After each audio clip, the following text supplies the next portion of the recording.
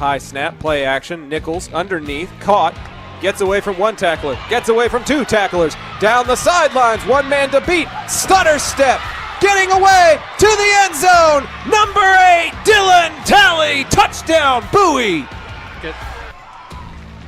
Robertson in motion, Craven's back to pass, goes across the middle, Ghostin holds it in, he's gonna go to the touchdown, to the house, Cravens to Ghostin, Colt, touchdown! As a tight end, pulls a guard, Barrett finds the hole, follows the pulling guard, cuts outside, bounces outside to the 20, 10, 15, 5, touchdown Bowers, touchdown Bowie. And folks, we have history at Haltom. Danny Bustamante has just pitched a no-hit, no-run, no-walk shutout. A perfect game for Danny Bustamante. Rios looks at Alvarado and turns home. It's going to that left field gap. That's a base hit. Here comes Axel Alvarado. The Colts are going to take the lead in the top of the 7th on the base hit by Gannon Howard. Burkle out of position. They've got to pass, and they've got to go. Patomeco with the pass. Mirario has a bit of a look, shot on goal, and he gets it in! Two tight end set here as we go to the left-hand side with B.J. Rogers. Rogers is into the second level. B.J. Rogers to midfield. One man trying to catch up to him, but he will not. Number 6 in for 6. That will do it. This broadcast is under intellectual property and may not be repurposed or reproduced without express written consent. Enjoy this presentation from Zach Arnold Productions, Energetic Media Solutions. It's week 10 of the 2025 high school football season and a season finale for both the Arlington Colts and the Martin Warriors. And a very pleasant good evening, everyone, wherever you may be. We're at Glaspie Field on the campus of Martin High School. John Nelson with Zach Arnold. The Martin Warriors come in 3-7 overall, or 3-6 rather, and the Arlington Colts at 6-3. Martin coming off a 57-14 win over Sam Houston, and the Arlington Colts coming off a 49-17 pasting over Grand Prairie High. It's a 42nd meeting between these two teams all time. The Colts have the better of it in the series. And Zach Arnold, this was a tough week of practice for Arlington High. You're practicing knowing there's a 99% chance you're not going to make the playoffs. You want to end on an upbeat, but it was very, very difficult, especially for the seniors this week in practice. Yeah, John, it's one of those rare circumstances where even when you finish with a winning record on the season, even when you finish with a winning record in district, the mathematics just didn't play out in Arlington's favor. They either need Grand Prairie to upset Lamar or Sam Houston to upset Haltom in tonight's district action. Based on the way that everybody has played in district this year, that does not seem likely. So this will be the season finale for Arlington and for Martin. So really, all that's left to play for is that series record that you mentioned, and playing for pride, playing for bragging rights, playing for your city, playing for the love of the game. I heard your pregame show, your pre-week discussion with Coach Peach, and he mentioned that he was talking to his players, asking them, what's your why? Is it the playoffs, or is it because you love the game of football? And I think that's what we're going to be seeing on display tonight. So, coming off a loss to Lamar, they needed a win over Grand Prairie. The players wanted it. The coaches wanted it. Certainly the fans wanted it. And they got it. And Coach Peach said the positive thing that came out of that, they created 12 punts. And right. Grand Prairie only had one explosive play on defense. But you're playing a team tonight, the Martin Warriors, they kind of have a new defensive scheme. They've had it for the last couple of weeks, and very seldom will you see Martin run the same play twice. Their special teams are always, always good. Yeah, it's a very unique scheme that Coach Reeves has here, and it's kind of a carryover from the Bob Wager days. There's always something up their sleeve, and it becomes especially tricky against your rival like the Arlington Colt. I remember a few years back, Coach Peach pulled one out of his hat and had a fake field goal touchdown run by the kicker. You never see a trick play like that unless it's rivalry night. And the stakes have been upped a little bit in this week's game in particular and in the series moving forward. Prince Lebanese Grill is super invested in the city and invested in this program, and they gave a portion of their proceeds on Wednesday evening to Arlington High, and a portion of their proceeds on Tuesday to Martin High's athletic program. And this evening's ball game has been dubbed the Prince Bowl. I showed you the trophy that there's going to be one at the conclusion of this game, and it'll be a plaque that goes on that trophy, and whoever wins that series every year gets to take that nice-looking trophy home. So even though there's not a postseason to play for, there is still a lot to play for in this ball game. They're going to find out who wants it. You got to think towards next year, and a lot of these kids tonight, the way they perform, may have a carryover effect into who gets playing time next year. Very much so. There's a lot of youth on this team, but there's also a lot of experienced players. 42 seniors in this graduating class for Arlington High, and we got to honor those seniors last week against Grand Prairie. He said every senior got at least one down in that final ball game. So it's great that the seniors got honored. And now you've got to put together the best roster possible for tonight's game against your biggest rival. And if there's any underclassmen, they are looking to make a statement for themselves, make a name for themselves, put something on film that can show the coaching staff and possible recruiters that they are going to be somebody to look out for next season. 34 juniors, 3 sophomores, and a positive note last night, Zach, Arlington's JV went undefeated. They won the district championship. They were a perfect 9-0. They beat Martin last night 42-32. Martin's freshman team won district. They beat the Colt freshman team here last night. But the Colt JV team sailed through an undefeated season, which is a nice note, kind of a carryover effect, and hope that holds true for the varsity tonight. Yeah, I mean, like we've been saying this whole pregame show, this is your biggest opponent. This is the biggest game. This is the one that you have circled, regardless of whether you're going to the postseason or not. And when you have the JV team beating Martin for district, you have Martin's freshman team beating Arlington for district. The future is bright on this side of the city of Arlington. These two schools are only about 4 to 5 miles apart from one another. Some of these kids grew up playing select baseball or playing, summer camps with or against one another. There is a ton of familiarity from these young men that have, played against or played with one another their entire lives. And now they get to go and put that on display in front of 2 of the greatest fan bases in the district. The last time Coach Peach was telling me the last time the Colts played a game that really didn't mean anything was 2014. It was a cold, rainy night at Hanley Scarborough Field. Arlington High beat Fort Pascal. Worth against Pascal. I was at that game. Okay, well, the conditions in. I do, yeah. Little dressing rooms, they none were at all. Miserable. There were metal detectors outside the stadium before all of the stuff that warrants them today. It was just very unfavorable conditions and situations in parts of town, and there was a young man who ran all over the football field. I think he ran for 4 touchdowns for Arlington in that ball game. Helped him get a D1 offer to Boise State, but that was really the only thing left to play for, was to give him a 1,000-yard rushing season and see if he could get recruited to a D1 school. Other than that, there was not much left in the tank for those young men. Coleman Cravens will start tonight, his first action since October 17th. And, Zach, we're going to see a lot of Dalen Cobb, this outstanding senior receiver from Martin High, and also Javian Jones-Priest, who was closing in on 900 yards of rushing, and an outstanding sophomore. Chase Duvall, sophomore quarterback, almost 60% completion rate. They've got some weapons. They do. They average about 41 points per game. The problem is the defense allows about 37 points per game, and so every ball game that they take the field for is always a bit of a coin flip, and it just hasn't gone their way more often than not in Coach Reeves' 3rd season at the helm. But as you mentioned, Davol's got almost 1,300 pass yards. He's got a 3-to-1 touchdown to interception ratio.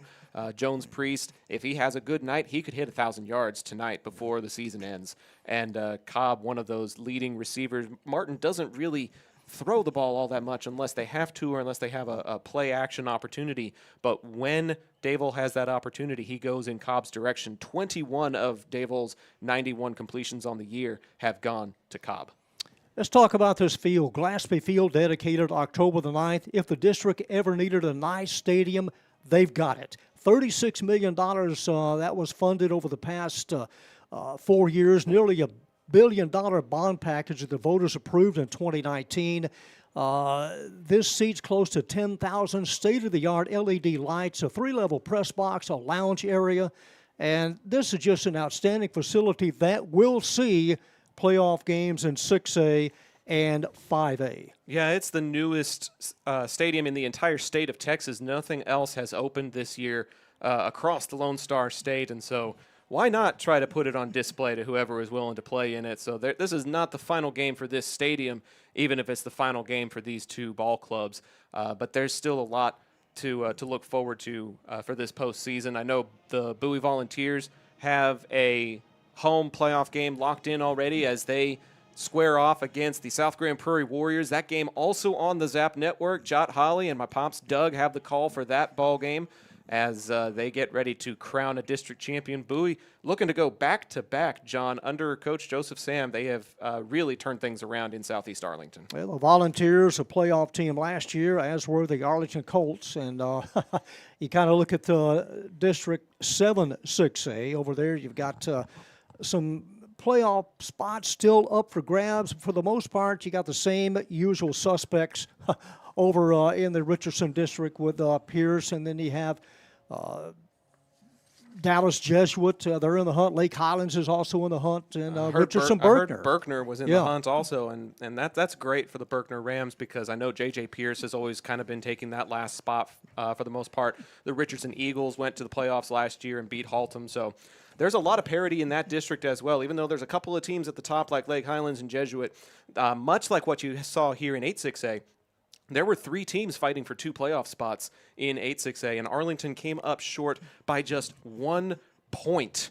That is the margin of difference that takes place in this type of district, John. Arlington lost by 14 against Lamar.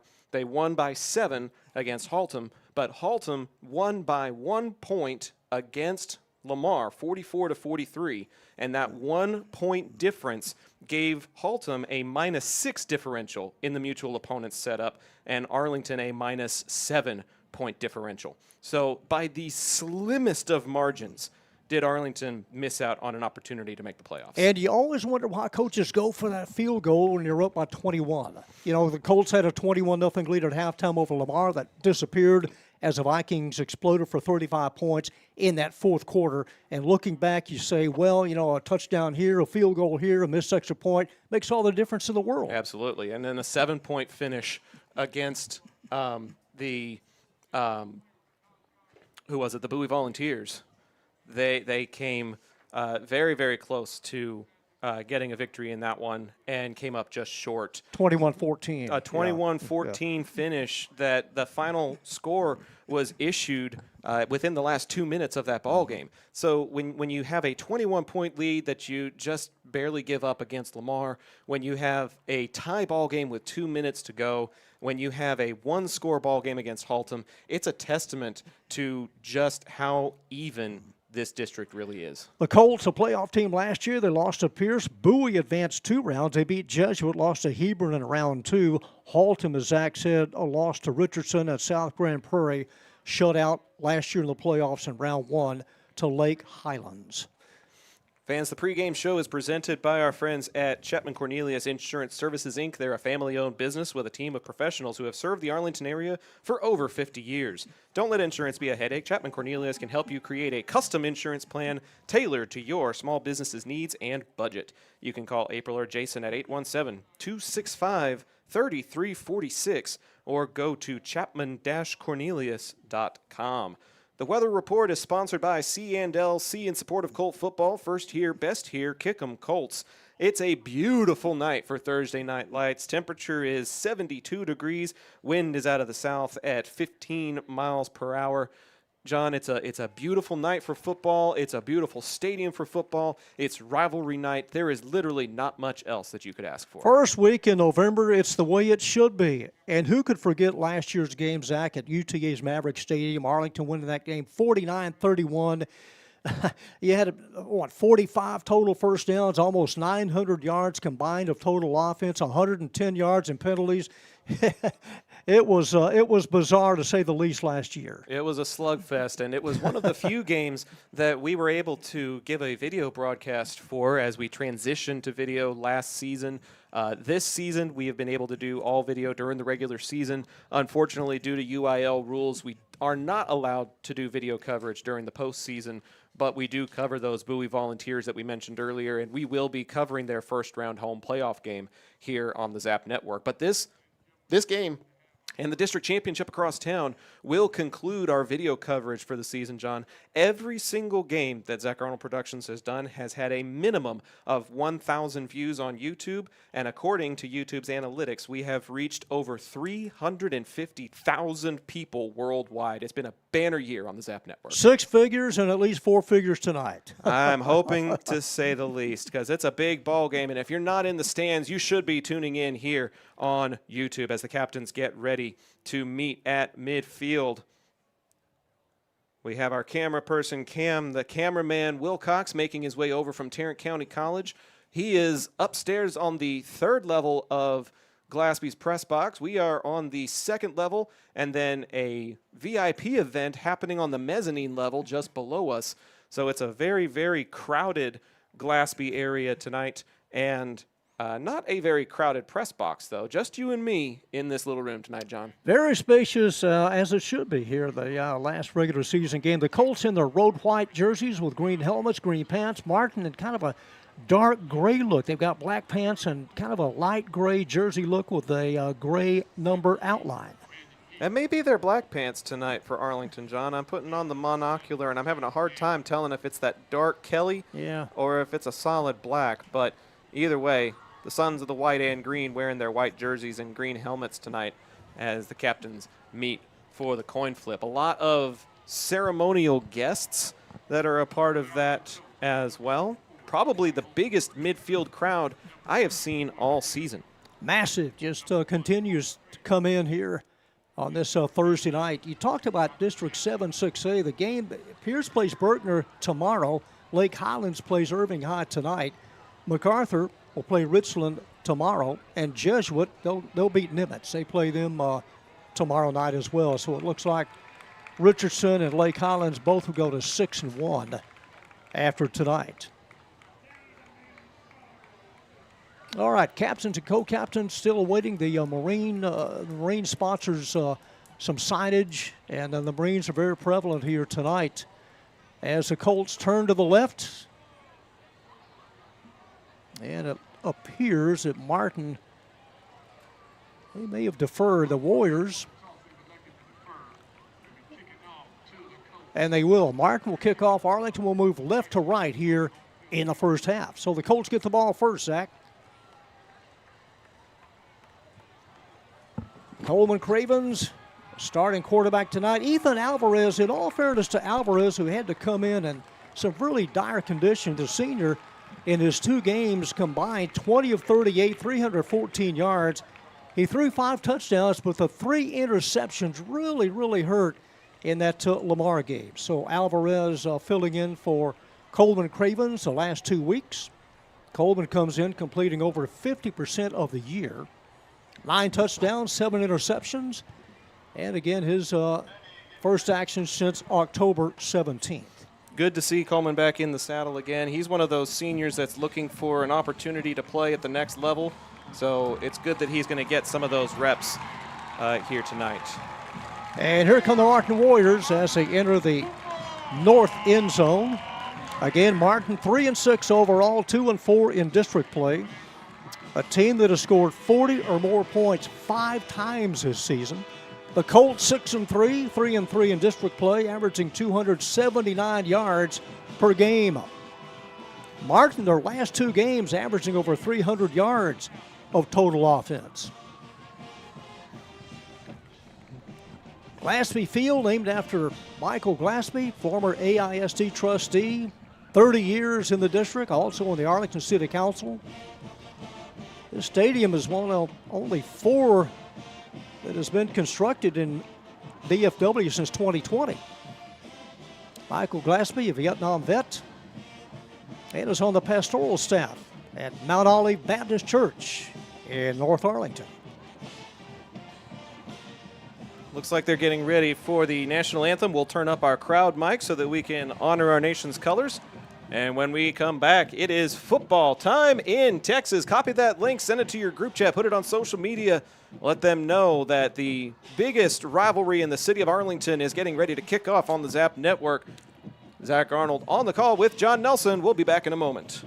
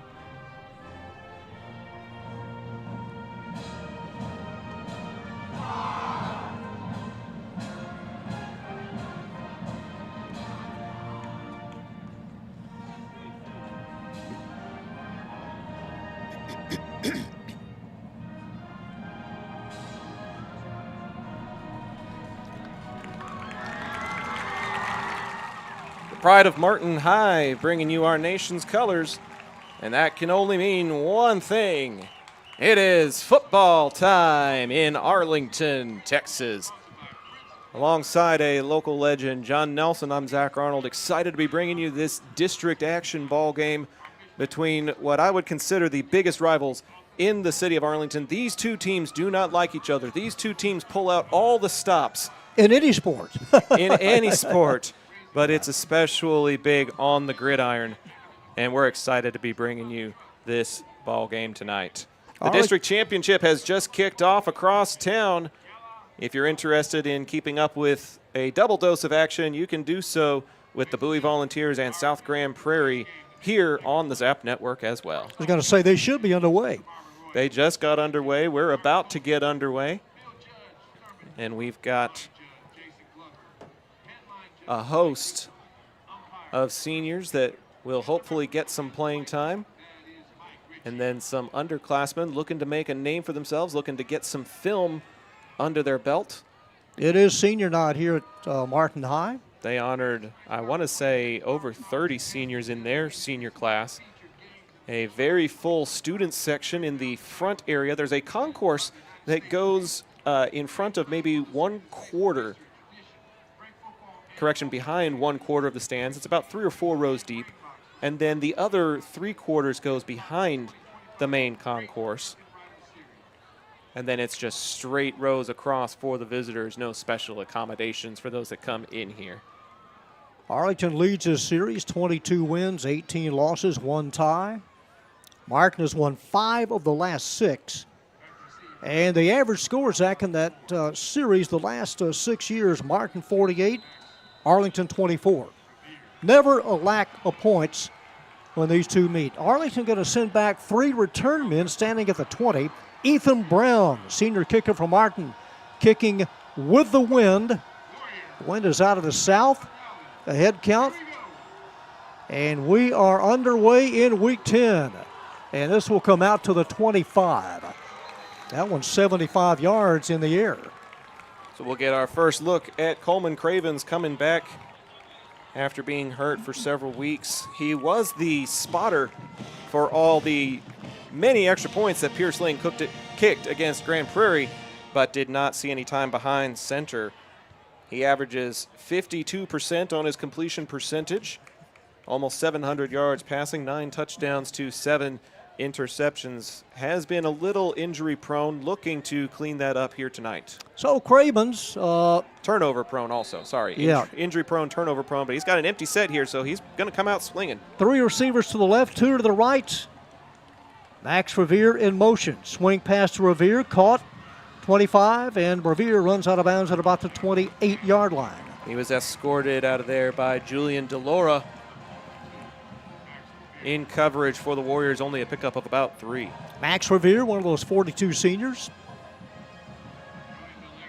2nd down, 7. Colt scrimmage from their own 28. Again, a man in motion. Coleman Cravens will hand off on the sweep and stacked up for no gain at all. 3-4 Martin Warriors on defense converge on the Colt running back. Yeah, leading the charge there was 96 Noah Valdez and 55 Elijah Jackson. Both of them on that front 7 for the Warriors. They're going to classify it as no gain. 3rd and 7 now for Arlington. Jackson Nelson and Christian Moore wide right. Max Revere in the backfield, 3rd down, and needing that same yardage of 7. Revere just to the left of Coleman Cravens. He's got it, drops back, scans the secondary, throws, has a receiver, and it is caught at the 35, right at the line to gain. Kason Brown needed 7. He caught it for 7 and a 1st down. There was tight coverage there, only really one place that Coleman could place it, and he puts it right into the breadbasket of the 6'1 sophomore. Kason Brown, 3 touchdowns last week, overall 6 receiving touchdowns through 9 games. So the Colts collect their first down at the 35. And that one should hopefully give you a little bit of momentum in this game, John. Revere in motion. It's a quarterback draw. Cravens takes off and slides for a couple of yards. Flag on the play. I think when they tackled him, they grabbed a hold of that face mask, John. That might put him at midfield. It'll be a 15-yarder, and that will put it close to midfield. Our first penalty results in a Colt 1st down, their 2nd. Martin giving up about 38 points a game. Team that went 3-7 last year. Just underway here in the first quarter. 10.5 to go. Arlington's first drive of the game. The penalty puts it in plus territory. Right at midfield. 1st and 10 Colts. Sideline left, open field right for Coleman Cravens. 3 receivers flexed out to the right. Drops back, looks right, throws right. It is caught at the 40 and into Martin territory. Out of bounds at about the 39-yard line. Jackson Nelson on the catch for a pickup of 9. If he didn't stumble out of bounds, he probably would have picked up a few more. Right at the 40, it'll be 2nd down and 1. Nelson now moves out to the left. Revere slotted to the right. And the widest receiver to the near side, Alex Moore. I like this empty formation that the Colts are using, John. They feel like they've got the edge on the perimeter, that their athletes can outrun Martin's defense. Martin with a 3-man front. Great protection for Coleman Cravens. Winding up, throwing deep, and batted away at the Martin 15. He was looking for Kason Brown again. Underthrew him a little bit. Brown had to come back to it. Unfortunately, his man in coverage also able to come back to it and force the incompletion. I think if he puts a little more zip on that and puts it to his back shoulder on the sideline, that Brown's able to make that catch. And that's been Coleman's issue this entire season when he's in there, John, is he's either underthrowing it or overthrowing it. His touch has been a little bit off this year. Not a bad play when you need 2nd and a yard and you go deep. It's 3rd down, still needing a yard. They scrimmage at the Martin 40-yard line. Again, the Colts moving left to right. Max Revere in the backfield. Handoff Revere. He's got the 1st down, 35. Revere shakes a tackle and is piled up at the 33. Finally brought down there by Eli Johnson, but not before Revere able to pick up 1 yard and then some. He averages 5.5 yards per carry, leading the team with almost 400 rushing yards and 6 scores on the ground. When you need a yard, you give it to 22. Gain of 7, 1st and 10 Colts. And again, Revere just to the right of Cravens. Senior drops back, throws left. It's a little high. Intended at the 23-yard line. And that's a compensation thing. Yeah. I was just talking about how he underthrew Cason Brown on his last time to that sideline. This time he overthrows him, and the 6'1 receiver just past his fingertips with Kevin Grant in coverage for the Warriors. Cason Brown, he's a sophomore. He's got 2 more years. And he's just an athlete, John. He was able to score on the ground as well as through the air in last week's game. He'll be a big part of the offense moving forward. 2nd and 9. Revere, nowhere to go, and no gain at all. That was a zone read that the Martin defense read well. Johnson again in on the stop for the Warriors. It'll bring up 3rd down and 10. And, John, I don't know if this is in Pierce Ling's field goal range. The wind would be in his face from 50 yards out. I think this is 2-down territory. I was watching in warm-ups, and his distance was 35 into the wind. And the Colts going into the south end zone.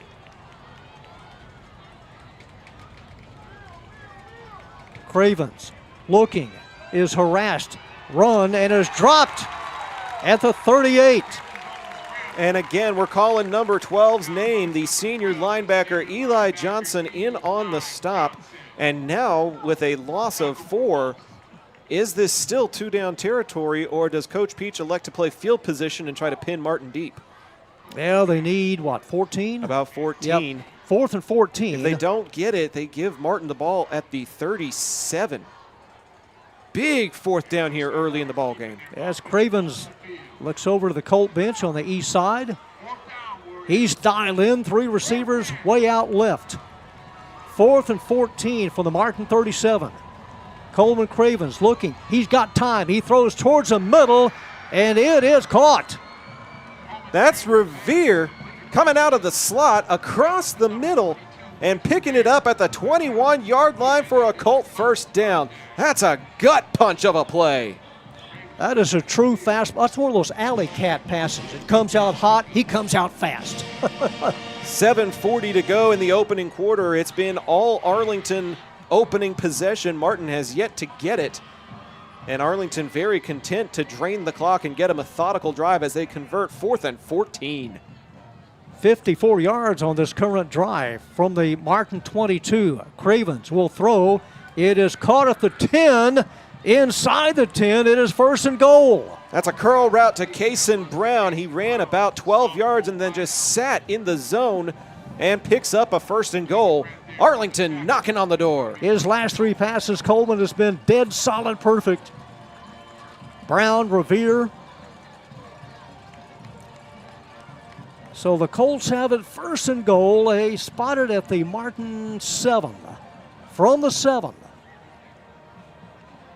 Well, they've killed almost 5.5 minutes.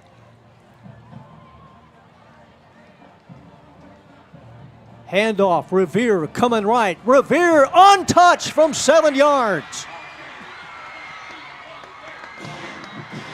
Let's take a look at that play again, John, as we bring you the instant replay here on the Zap Network. Cravens taking it out of the gun, giving it to 22. The pulling guard lets him punch it in for a score, and Arlington strikes first. Pierce Ling, the senior, will try to tack on point number 7. Coleman Cravens is a holder. And do they have a man short? Looks like somebody wasn't expecting to be out on the field yet. They got 10. Here comes the 11th. He's a key blocker on that right side. That's Christian Moore. 6-0 Pierce Ling. Good snap, good hold, and the extra point is perfect. And the Arlington Colts grab an early 7-0 lead with 6:46 to go in the opening quarter. We'll see what Martin does with possession when we come back here on the Zap Network. John Wade Roofing is celebrating 40 years serving the Arlington area. John Sr. played for Colt football and was the team MVP in '76. He went on to play for TCU, earning all conference honors. The family has a Colt legacy that spans generations and wants to help your family's roofing needs, plus gutters, painting, solar, and more. For more information, go to johnwaderoofing.com. Are you a small business owner looking for reliable insurance coverage? Or perhaps you're navigating the complexities of Medicare? Look no further. Chapman Cornelius Insurance Services is a family-owned, independent insurance agency with over 50 years of experience with tailored insurance solutions for small businesses and their owners. Whether you need home and auto, business insurance, or individual or group medical, Chapman Cornelius has knowledgeable agents who will help you select just what you need. Call April Chapman or Jason Ott at 817-265-3346. The Colts march 75 yards. They take 5 minutes and 14 seconds off of the clock. Max Revere with a 7-yard run to pay dirt. And a 7-0 lead as Pierce Ling set to kick off into the breeze. Let's see, Martin will drop back a couple. Looks like Montgomery to the far side. And to the near side, it's Dalen Cobb.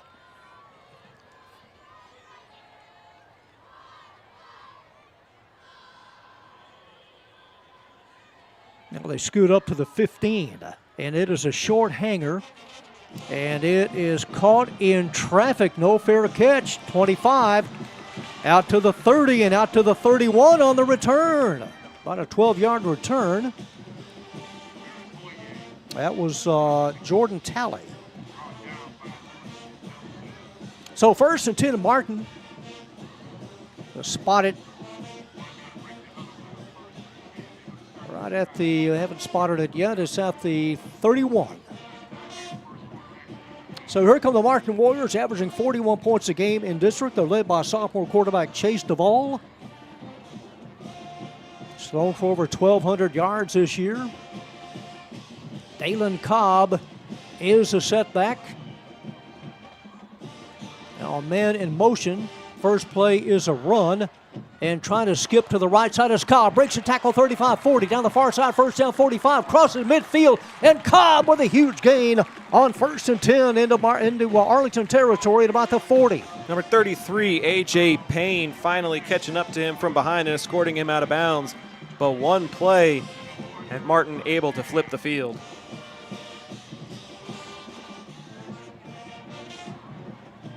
$27 yards on that first down run. They've got it at the Colt 42. Javian Jones-Priest in the backfield. The fake to Priest. Duvall will throw. Caught at the Arlington 36 and is spun back out to the 38. Yeah, that catch was to Malik Mason, a sophomore wideout. Arlington quick on the coverage there, but it's still a pickup of about 4 or 5. Martin with 39 seniors, 14 juniors, 11 sophomores. They've got it 2nd down and needing 6 at the Colt 38, moving from right to left.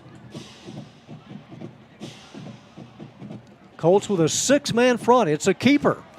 Duvall, 25-20. He may take it all away, and he does. 38 yards. Chase Duvall. And just like that, Martin able to answer right back. Chase Duvall, sophomore. Last week was 9 of 14, had 3 touchdowns. And the Warriors to within 1. A touchdown coming a minute and 16 seconds since the Arlington score. Ethan Brown trying to tack on points. Well, let's see. Looks like now they're not going to go for 2, the conventional 1. It's a high snap. It's pulled down, and Brown hammers it through. So the extra point is good. Martin answers right back on a 69-yard drive. 5:30 to go in the first. It's a tie ball game here at Glaspie Field. We'll be right back after this. A-frames that bring their A game. The next time you need to get your brand out to the community, go with the printers who are in your community, Eka Signs. With everything from wall signs to banners, printed tees to hats, ICA can even do same-day rush orders on select products. Visit ICAsigns.com/shop to see their full list. That's IKAsigns.com/shop. ICA Signs, a partner of Zach Arnold Productions. Taqueria Taco Express is the official taqueria of Zach Arnold Productions, with locations in Arlington, Grand Prairie, Waxahachie, and a new location opening in Mansfield. Solving your Mexican food craving has never been easier. Visit them on Taco Tuesdays for their special 5 tacos and a large agua fresca for just $10. Find out more by visiting taqueriatacoexpress.com. 7-all with 5:30 to go in the opening quarter. Martin moving 69 yards. They answer the Max Revere 7-yard touchdown run for the Colts. And Ethan Brown about to hammer one another deep. Colts have 3 guys at the 20. They've got Moore, and Revere. And another one that'll come out to the 25. What a leg that young man has. You know, he's been good from 49. He had a 49-yard field goal earlier in the year. And watching his warm-up, Zach, he was hitting them easily from 55. Of course, that was with a wind at his back. But he was hammering from 55 out. 15 miles is a gentle push in the grand scheme of things. Most of that comes off of pure leg power. And he's got it, the senior. Colts with a nice kicker themselves, and Pierce Ling this year. He's been good from 38. 1st and 10 Colts from their own 25. We're tied at 7. Luckily, in most cases, we haven't had to rely on the senior to help us determine the outcome of a ball game, but it's nice to have him in that back pocket reserve. Casey Brown going to take the direct snap. Casey Brown, and he will hand it off on the sweep, and running out of bounds, Jackson Nelson chased out of bounds close to the 30. I think they spot him out at the 28, 2nd down and 7. That's the same direct snap formation that Isaiah Robertson ran for 2 or 3 years here at Arlington High. Casey Brown looking to possibly assume that wildcat role. Of course, a wild colt would probably be like a stallion or a maverick, so maybe they'll come up with a fun name for that formation in the future. A gain of 3, 2nd down, 7. From the spread, Cravens. Here's the short toss coming right. Not much, squeezing out yardage out to the 32-yard line. That's Max Revere.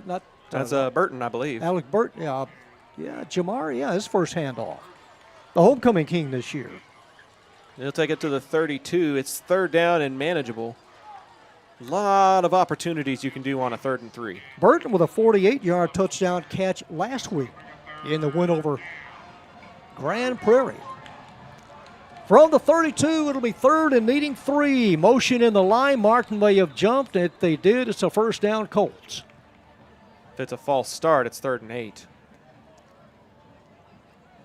Martin going to insert Michael Van on the D-line. It is an offside, and that's a 1st down for the Colts. That's 2 first downs off of penalties for Arlington in this 1st quarter. So Michael Van on the D-line for Martin is a sophomore. 1st and 10, the line of scrimmage now, the Colt 37. 4:46 to go. Clock moving here in the 1st quarter. We're tied at 7. Arlington with a very methodical drive to open the scoring. Martin needing less than a half dozen plays to answer right back. Jamar Burton in the backfield with Cravens, and hold everything, a timeout taken. Our first of the 1st half and the first timeout for Arlington High. We'll take a break with them and be back with more high school football on Zap, presented by John Wade Roofing after this. Local Legends Figures immortalizes your athlete's achievements for a lifetime. Featuring 6-inch figures with poses in football, baseball, band, hockey, even lacrosse. Local Legends makes every effort to show their likeness down to every possible uniform detail. To order your custom figure, call 817-681-0393 or email orders@locallegendsfigures.com. Pools in Texas need servicing all year long. At Romy Pools, LLC, we provide quality pool services such as cleaning, maintenance, and repairs. So call 469-951-0107 for a free estimate and ask for Roberto. Romy Pools, LLC. We're going to make you fall in love with your pool again. Hablamos español. And welcome back to Glaspie Field. The Colts have it first and 10 as they scrimmage from their own 37. Burton and Cravens in the backfield. Man in motion is William Nelson. Here's Cravens. Drops back, looks over the middle, throws on the run and full stride, caught 40, 35, inside the mark, 30, 20. He'll take it all the way. 63 yards. It is now 13-7. Huge catch and run for Alex Moore. Quite possibly the biggest play he's had all season as he shakes away from 3 Martin defenders, and then a huge block towards the end there as he's able to punch it in for 6 points. Arlington going long distance. And Cravens looks John Elway sharp tonight, Zach. That perfect pass caught in full stride. And the chase was on, and Martin ran out of real estate. Extra point by Ling is good.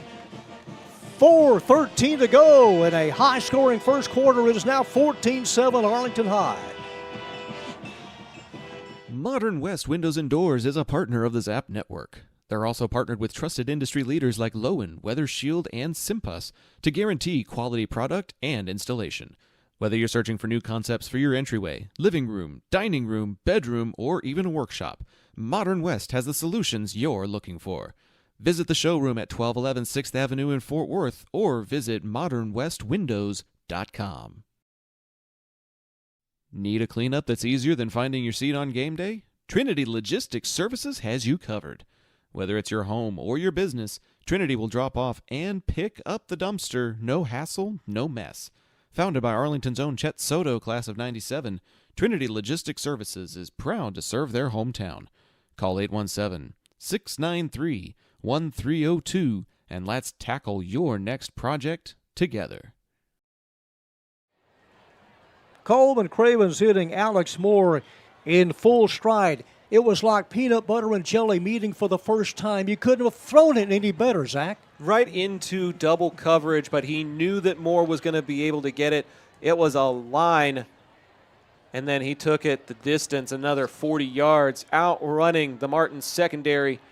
And based on what I can tell, John, I believe that's his first touchdown of the year. Ricky Montgomery and Dalen Cobb awaiting Pierce Lean's kickoff, 14-7 Colts. Another 75-yard drive, and we may have had a penalty after the extra point. It's a personal foul, 15 yards on Martin. And if I'm Coach Peach, I'm either doing a pooch or maybe even an onside to see if you can capture some of the momentum now, because even if you take it 10 yards on an onside and Martin recovers it, that's not amazing field position, and if you get it, you have amazing field position. And sometimes he'll try to hang one high at about the 10 and get down quick to cover. But all kinds of options here. 15 yards on the penalty.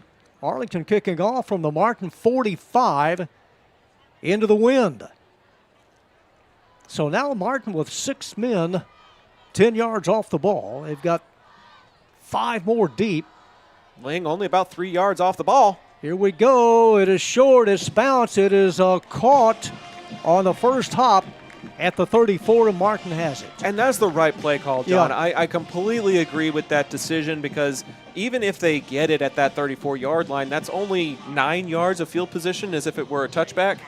I am absolutely gambling 9 yards for the chance at getting the ball back. I'll take that all day. Got to spot it right at the 35. Second possession for Martin, trailing 14-7.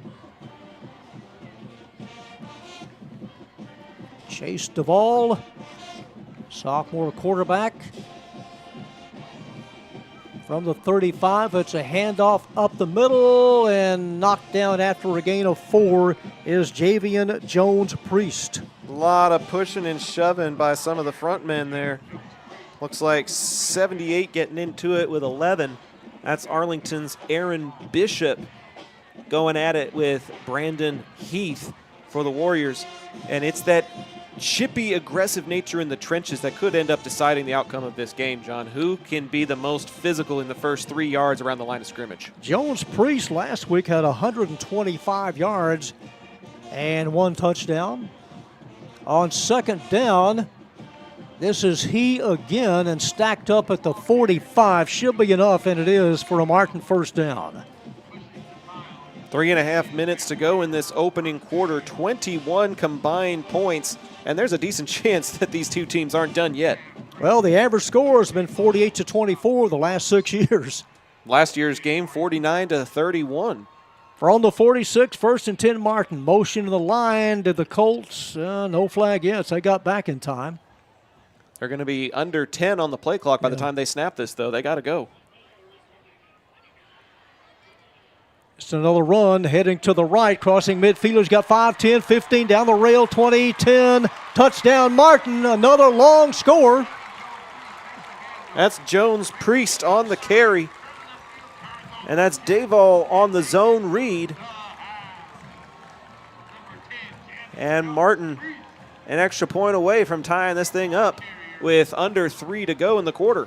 54 yards on the Jones Priest score, his 9th touchdown of the year. He's crossed over 900 yards now.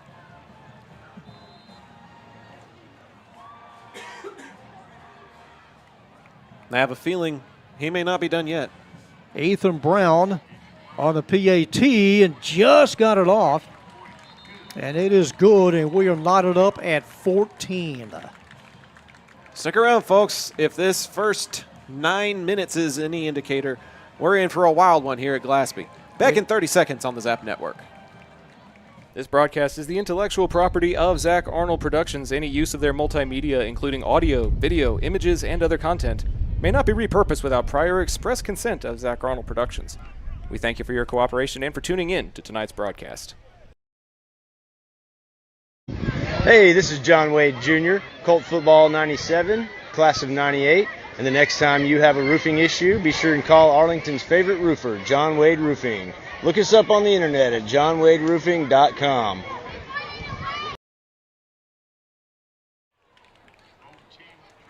All knotted up at 14 here at Glaspie Field. John Nelson to my right. I'm Zach Arnold bringing you this district rivalry game between the Colts and the Warriors.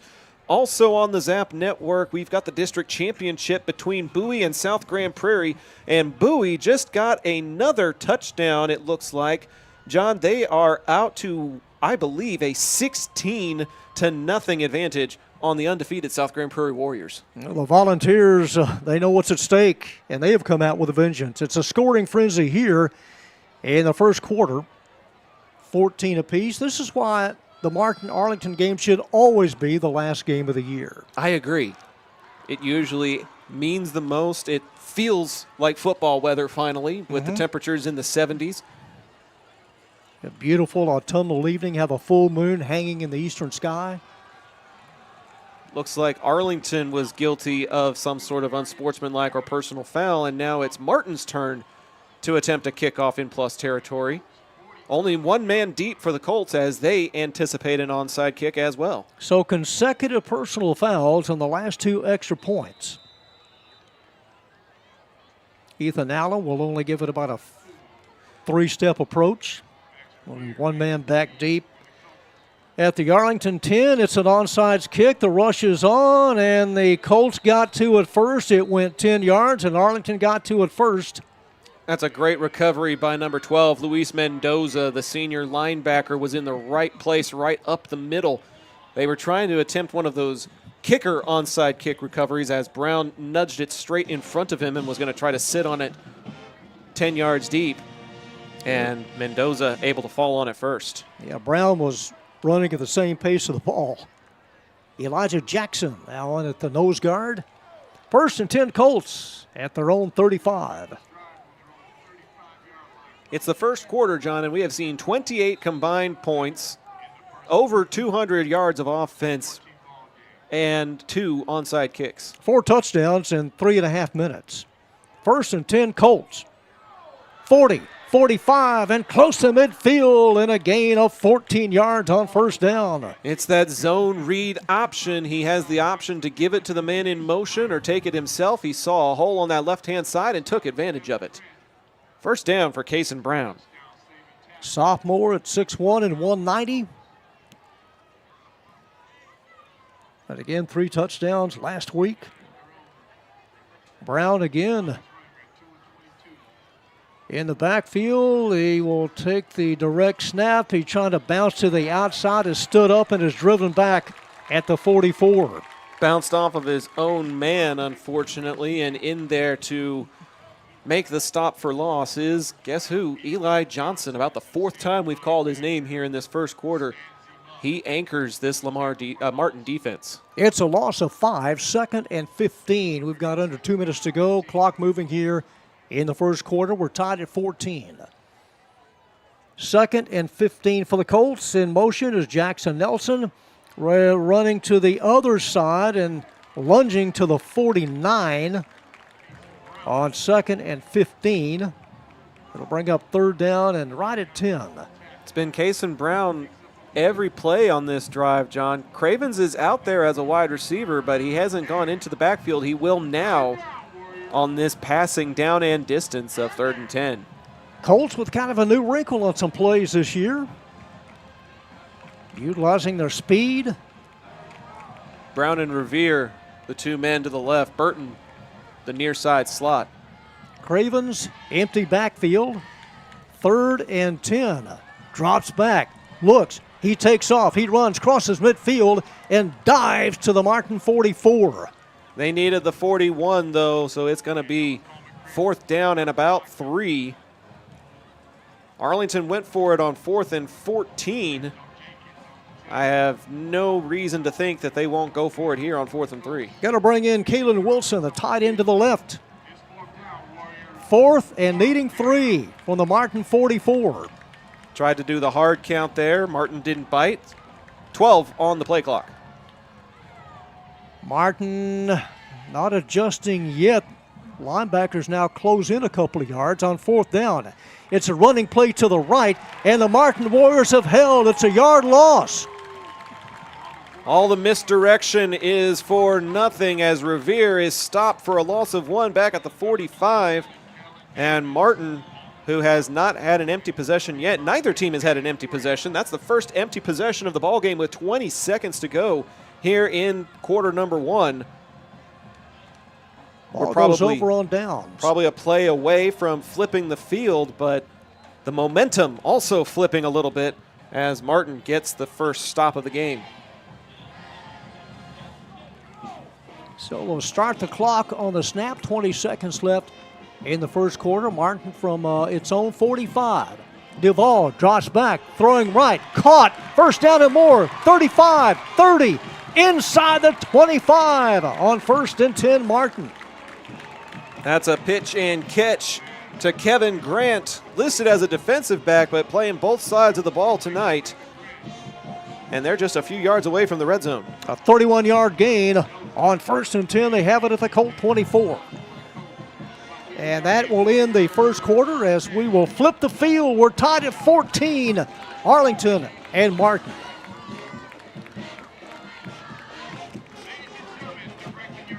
Taquería Taco Express es la taquería oficial de Zach Arnold Productions. Con un amplio y auténtico menú, satisface tus antojos o prepara tu próximo evento con nosotros. Visítanos todos los martes para disfrutar de Taco Tuesday con 5 tacos y un agua fresca por solo $10. Para encontrar sucursales cercanas o hacer pedidos en línea, visita taqueriatacoexpress.com. Navigating Medicare options isn't easy. Hi, I'm Patsy Arnold, and when the time came to navigate my options, I went to Chapman Cornelius. They helped me find the best plan for my needs, quoted me life insurance options, and guided me in making my decisions every step of the way.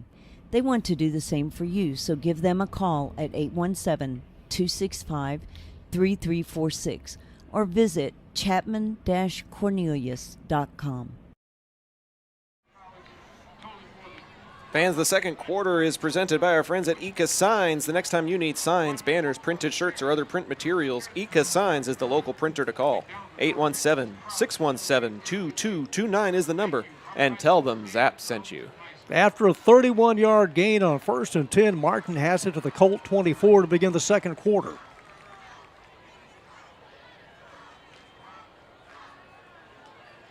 And here come the Warriors. Again, that gray jersey with black numbers, black pants. Got to double check the backfield. It is Dalen Cobb. He and Jones Priest do a lot of switching back and forth.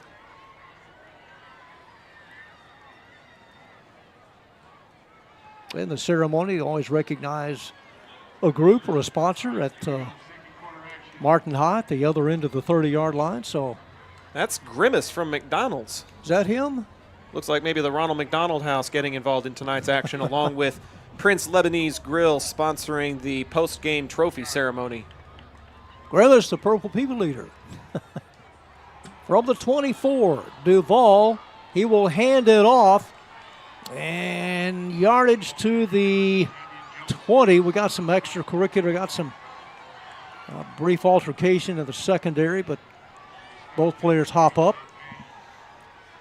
Looks like number 55 in on the tackle, Kadir Lynn, senior 6'3", defensive lineman, making the stop, but not before Martin gets down to the 21. Gain of 3 by Javian Jones Priest. They have it at the Colt 20, just outside the 20.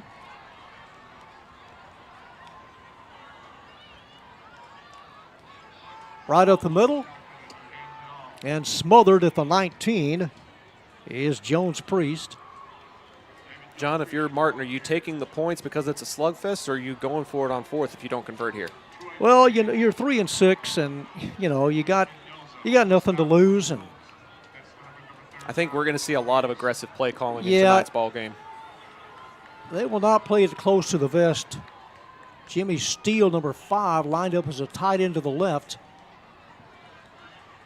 It's a pass. Duval throws, intercepted and dropped at the 19-yard line, in and out of the hands of Jacob Batiste. Batiste was all over his man there and was able to jump the pass, just could not quite get it into his arms, and that'll bring up fourth down. 4th and needing 6. That's why he plays defensive back instead of receiver, John. Yeah.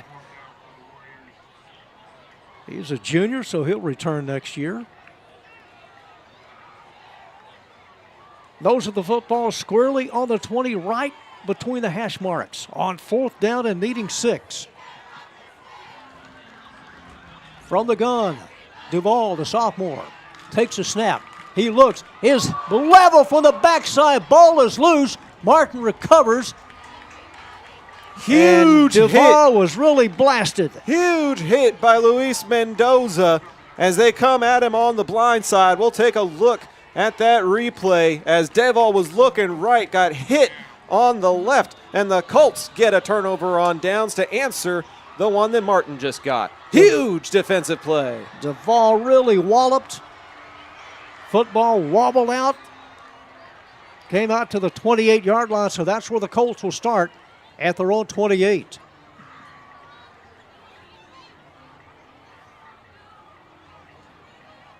Big celebration there with the turnover belt for number 12. He's had pick sixes and game-sealing scores. Add another notch to his belt of experience. Cravens looking. Is flush from the pocket, takes off, runs, and is chased out of bounds at about the 26. Yeah, that's technically a loss of 2 on the play. So the young man on the D line who escorted him out of bounds may get credited with a sack there. Mendoza, yet another junior. He'll be back. Trying to think of that game, Zach, in which he had, was it Weatherford or Halton, had about 9 solo tackles. Yeah, he's been making a name for himself all year. I think the game against Mesquite, he got a pick 6 to help put the exclamation mark on that win. From the 26, 2nd down and 12. Craven swing pass caught behind the line of scrimmage and crossing the 30 and piled up at the 31. Depends on how much forward progress they issue him. They do get back across the original line of scrimmage, but it is going to bring up 3rd and long. They need about 7 here on 3rd down. Need to get to the 38. The ball's at the 31. We're tied at 14. Twin receivers to the near side. Cravens looking, throws right. Batted, well, caught and dropped at the 39. In and out. Yeah. In and out. Looks like the intended target was number 5, Alex Moore. And this time, unable to corral it, and this will be the first punt of the ball game. They needed 7. Had he caught it, they would have had 9 and a first down. Demarius Hoy standing at his own 35, getting ready to receive the kick from Pierce Ling. So Ling drops back inside the 20.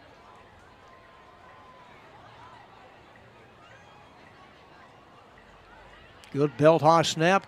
Gets it off. End over end. Caught at the 30. Retreating backwards. Now coming this way. Getting a block. 35. And double teamed at the 40. The coaching staff next to us wanted a block in the back foul. They won't get it.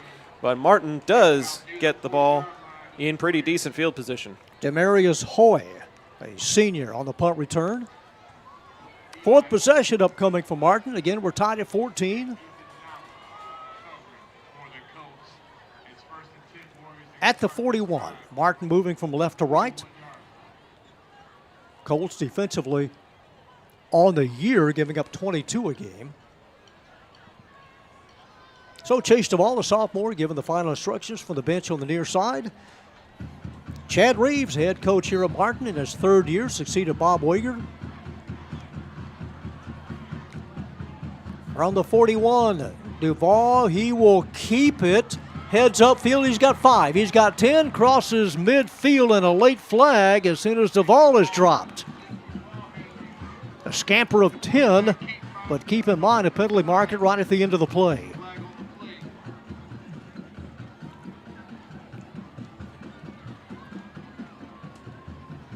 The Colts pointing towards Martin, and Martin in retreat mode. Indication is a block in the back near the line to gain. So they'll back up from the spot of the foul back to the original line of scrimmage. And I believe we replay the down. That block in the back occurred at the Arlington 49, so backward start at the Martin 41.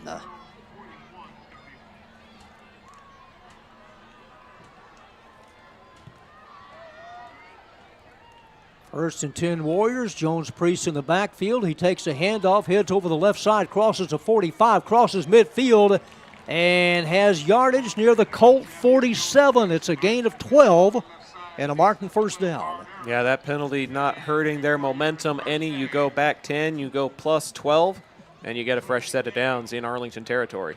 Duvall and Jones with the touchdown runs tonight for Martin in the first half.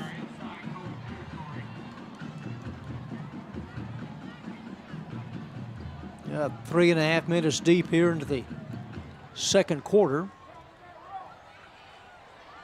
Chancellor Teeler, receiver wide to the far side. It's a sweep, and coming right is Dalen Cobb. Cobb 35-30. Cobb chased out of bounds at the Colt 25. Dalen Cobb, he's had games this year, had 226 total yards and 3 touchdowns against Haltom. Yeah, and you were talking during the pregame about explosive plays, run plays that go for more than 18 yards, or run plays that go for more than 12, pass plays that go for more than 18. Martin with several explosive plays in this first half. They've got it at the Colt 24. Jones Priest heads out as a receiver to the left. Cobb in the backfield. Takes a handoff. Cobb looking, runs over the left side, is piled up at the Colt 22.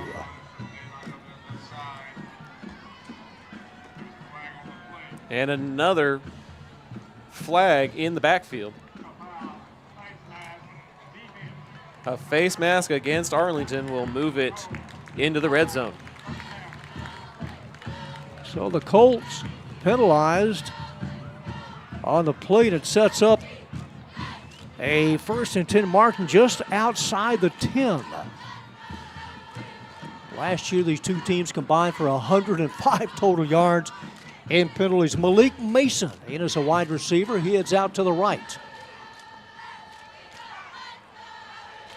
Jones Priest in the backfield from the Arlington 11. Jones Priest takes a handoff, slides inside the 8, and has yardage to about the 6. Taken down and is flattened by Mendoza.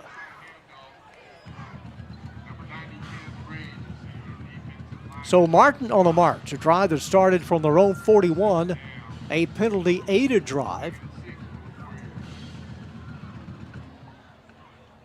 2nd and goal from the 6.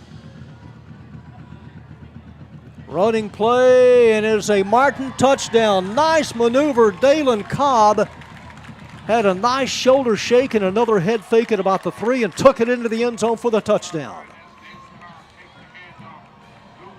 So Dalen Cobb finds the end zone for the 7th time this year.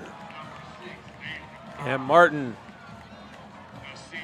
aside from their turnover on downs, has been tough to bring down early in this ballgame. 7:29 to go, they take the lead. Cobb becomes the 3rd different Warrior to score here in the first half. Extra point by Ethan Brown is good, and it is a Martin 21-14 lead with 7:29 to go in the first half. We'll be back in just a bit with more high school football on Zap, presented by John Wade Roofing. John Wade Roofing has been serving the Arlington area since 1982, but the Wade legacy runs much deeper in the city of Arlington. A pioneer family that has had roots going back decades, John Wade and Company saw relatives attend the Cooper Street Arlington High campus and has had members play in Colt athletics for decades. And they're looking forward to serving this community for decades to come. Find out more at johnwaderoofing.com. If you're like me and need printed materials to get your brand out there to the community, then you need Eka Signs. Conveniently located in central Arlington, Eka features a wide selection of shirts, hats, banners, yard signs, acrylics, magnets for your car, magnets for your fridge, tumblers, A-frames, and more. Call Eka at 817-617-2229 for more information and tell them Zap sent you. Yeah, the way Dalen Cobb has been running this year, that was just a layup from 6 yards out. We've had 35 combined points, no relief pitcher yet. No need for one. He may go the distance. 7:29 to go. Martin takes their first lead of the ball game. So Ethan Brown will kick off into the wind. Max Revere. And let's see, that is the middleman, Alex Moore. And then Christian Moore also back deep. It's a bouncer picked up by Revere at the 21. Revere 30. Revere 35. Still moving past the 40-yard line. Revere is one of those home run threats on special teams. He started the ball game against South Grand Prairie with a kickoff return for a touchdown, and he gives Arlington good field position here in quarter number 2. Speaking of South Grand Prairie, Bowie is up by 17 against the Warriors. It's a 17-0 ball game over at UTA Maverick Stadium to determine the district championship. Couldn't ask for a better start for the Volunteers. Coach Joseph Sam from the 41. 1st and 10 Colts. It's a pitch to the near side. Burton breaks a tackle, and Burton crosses midfield. They still haven't blown the whistle, and Burton to the 48. That's a great run by Burton. He just never stops moving his legs, and that is something that you want from a player who is only 5'8", 160 pounds. He moves all 160 to get those extra yards. 11 yards on 1st and 10.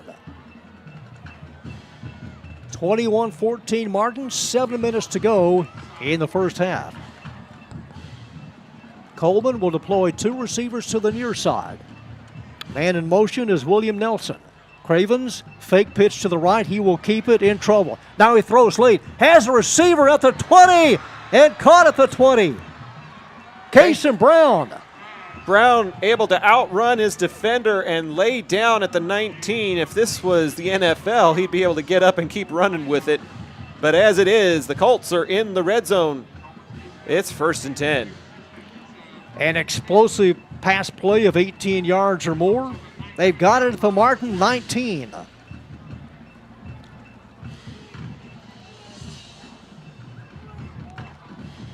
Let's see how they line up. They're going to put Burton to the right of Cravens here at the 19. Again, the man in motion, and here's Cravens. Play action, throws over the middle. It is caught at the 5, touchdown. Kason Brown on the post. They bit on the toss. And as we take a look at the instant replay here on Zap, you can watch on the left-hand side of your screen. Brown digs, comes to the middle, makes the catch, shakes a tackle, and punches it in. And we're an extra point from tying this thing up. And again, another bullet pass off of the arm of Colvin Cravens. Kason Brown with an outstanding fingertip catch. And the Colts a point away from tying it up. Extra point, good snap, good hold, and Ling's extra point is true and through. 21 apiece, 6:11 to go until halftime. How many more points can we score before the break? We'll find out when we come back here on the Zap Network. From weekend cleanups to major projects, Trinity Logistics Services has the perfect fit for you. With dumpsters ranging from 10 all the way up to 30 feet, they handle both drop-off and pick-up so you can stay focused on cleaning up the win. Call 817-693-1302 today and let Trinity Logistics Services help you score big on convenience and efficiency. Modern West Windows and Doors invites you to see the difference. Whether you need sliding doors, bay windows, or just need a more modern look, Modern West has options to fit both your style and budget. Stop by the showroom at 1211 6th Avenue in Fort Worth to see for yourself, or call 682-255-6094 for more information. Alex Moore, Max Revere, and Kason Brown have the Arlington touchdowns here in the first half. We're tied at 21. With a lot of football left to play before halftime even. Student section is full below us. Martin on the west side. Arlington with about, those stands on the east side about half full. Glaspie Field seats right at 10,000. Great crowd tonight. And Ling's kickoff will be caught 5 yards deep. Coming out with it to the 5 and not able to get to the 10. That was a mistake. First special teams mishap of the game as A.J. Payne and Troy McDaniel collapse on special teams to make the tackle inside the 10. They'll spot it at the 9. Ricky Montgomery took it 5 yards deep, headed to the near side, and ran into a stone wall at the 9.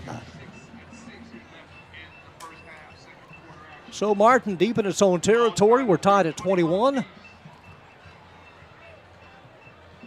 They've got all 3 timeouts to work with.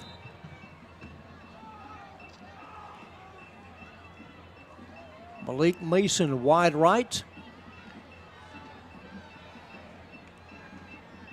Javian Jones-Priest in the backfield. Chase Duvall. He will hand it off. And Priest is walloped back after a gain of a yard. Really driven hard right at the belt buckle by Troy Gaston. Gaston and McDaniel combining on that stop. They'll only give him 2 or 3. Yeah, he was drilled. Took a hard hit right to the midsection. Going to get him yardage out to the 12, 2nd and 7.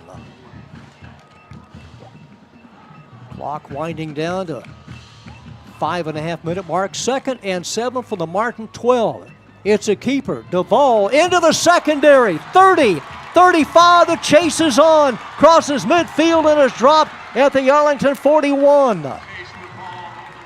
That's a big, big explosive play, but an even greater job by Dermon Cunningham. That was a touchdown saving tackle on the shoelaces to catch up to the quarterback on that keeper. 58 yards on the run. Ball at the Colt 40. And long runs and big plays aplenty here for both teams in the first half. From the 40 of Arlington, Jones Priest. No, it's a keeper. Duvall heads to the right. And the chase is on 30, 25, and Duvall shoved out of bounds right at the 27.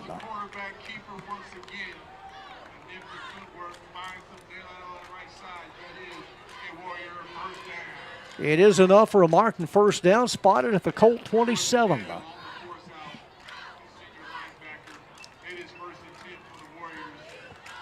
Well, if you came in late tonight, you have missed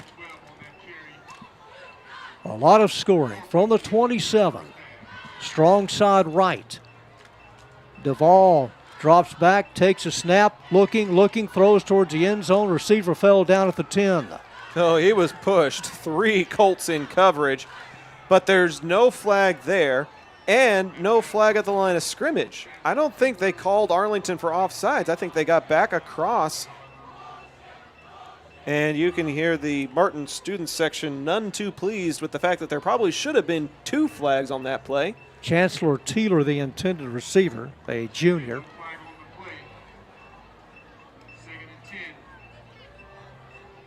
So it's second and a dime from the Arlington 27.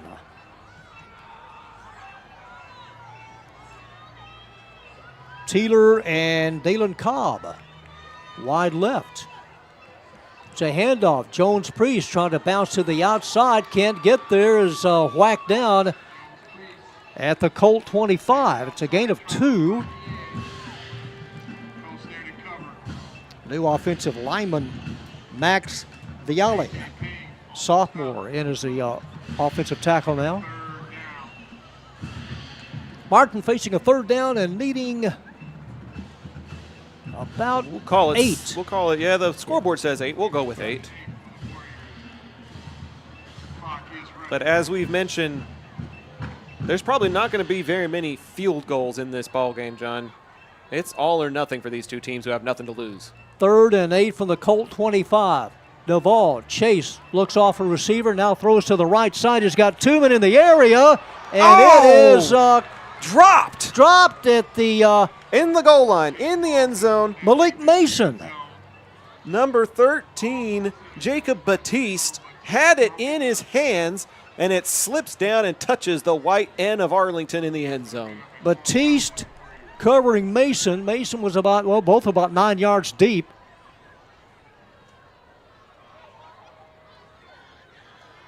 A ball that a safety should have had, maybe the receiver should have had as well. Just a desperation heave as Duvall had to get rid of it. So it is 4th down, 4th and 8 from the Colt 25. Duvall looking, is chased from the pocket. He'll run, and he'll have the first down. 15-10, Duvall inside the 5 and towards the pylon. They are not giving him the touchdown. They'll say he stepped out at the 3, but the quarterback keeper gives Martin a 1st and goal. On 4th and 8, they convert big time. It is 1st and goal, Martin. Ball at the Arlington 3. Demarius Hoy comes in as a wide out, but you got to think run. You got to think a keeper or Jones Priest for sure. 1st and goal from the 3. It is Duvall. It's a keeper and close to the double stripe. Line judge says he's short. Did not get there. Is denied at about the 2-foot line. 3 minutes and 30 seconds to go until halftime. The Colts do still have the 2-minute timeout and 2 of their actual timeouts if they're able to get the ball back here. Clock moving, 3:20 to go in the half. 2nd and goal, Martin.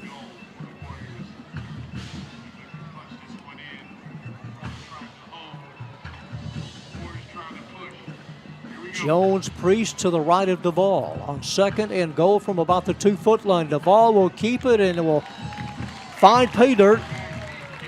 Officially from a yard out. And the third different Warrior and Duvall's second touchdown run tonight. That's a 91-yard drive. And you got to go back to the big quarterback keeper that went up the middle from that 9-yard line. The tackle from behind by Cunningham only prolonging the inevitable as Martin punches it in a few plays later. Extra point like the previous 3 by Brown is good. And our new score with 3:03 to go in the half, Martin 28, Arlington 21. Back in 30 seconds here on the Zap Network. If you're looking for a pre-owned vehicle, then you need to see Yadi Pagan at Classic South in Euless. Yadi's a proud Arlington ISD product, a graduate of Lamar, and the voice of the Volunteers since 2021. Whether you're a first-time buyer, a seasoned buyer, or just looking to boost or rebuild your credit, Yadi's direct approach is why his customers become customers for life. Call or text 817-706-5679. Sophomore quarterback Chase Duvall with 2 touchdown runs tonight in the first half. That one from a yard out, and his previous score tied the game at 7 from 38 yards out. So we've got 49 combined points. Halftime just a little more than 3 minutes away. Again, Martin coming off a 57-14 win over Sam Houston. The Colts throttle Grand Prairie 49-17. The friendly confines of Glaspie Field tonight on this November the 6th. And Ethan Brown set to kick off for the Martin Warriors. A lot of Warrior faithful in attendance tonight. Really good turnout for senior night. Both bands getting warmed up. It's a line drive. It skips at the 30, scooped up at that point, and a return of about 6 yards. And a crowd, and that's where the Colts will have it. Trying a different approach there with a bit of a squib kick that was in between 2 lines of special team returners, seeing if they could get a friendly hop and maybe pick it up at the 30. Good job by Arlington's return unit to prevent that. Got some separation, some chatter. Right at the end of the play, coaching staff on the field now. We've got a player down for Martin on the far side. Looks like he may just be tying his shoes. The young man at the 45? Yeah, I'll see the training staff. He's okay. Just stretching it out a little bit as he gets ready for the next defensive set. Arlington got the ball to start the ball game, so they need a score here before the break, John, so that they can stay equal with the Warriors headed to the third quarter. They have it at their own 36. Their 6th possession of the half. Trips to the near side. Cravens drops back, empty backfield. Looking deep, throws deep, middle deep. It is up for grabs and batted away at the 30. Good defensive coverage there by number 7, Jace Daniels, the senior, playing the ball instead of the receiver and able to make the deflection before it could make it into Cason Brown's hands. Intended for the sophomore, Cason Brown. The first read was to the wheel route on the sidelines, but it was covered, so he was trying to come back to the post where Brown has been a steady target so far tonight, just unable to haul that one in. Stops the clock with 2:52 to go in the half. 2nd and 10 for the Colts at their own 36. Man in motion to Jamar Burton. Running play out to the 41-yard line. Cason Brown on the run, a gain of 5. Just put it in your playmaker's hands and see what he can do with it. You can't get the completion to him. Give him a handoff and see if he can find a crease. 3rd down, needing 5. Martin on top, 28-21.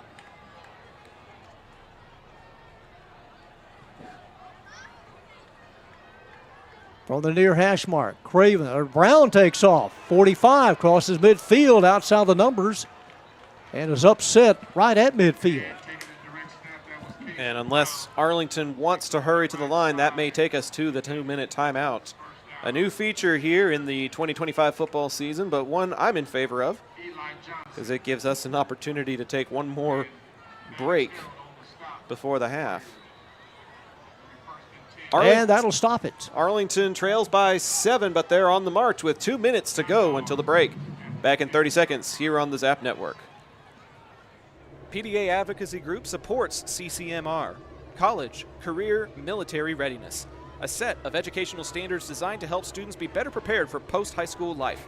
If college-bound, take entrance tests, dual credit courses, earn a 2-year degree prior to graduation. If you're going to a career, take classes that will result in industry certification, mechanic, computers, welding, etc. The options are vast. Military? Enlist in the armed forces as a career. CCM. Casey Brown on that last run hauled in a 19-yard touchdown pass from Coleman Cravens to tie it up at 21. It seems like an eternity ago, but here we go. 1st and 10 at midfield. Ball at the far hash mark. A lot of room here for Cravens and the receivers on the near side.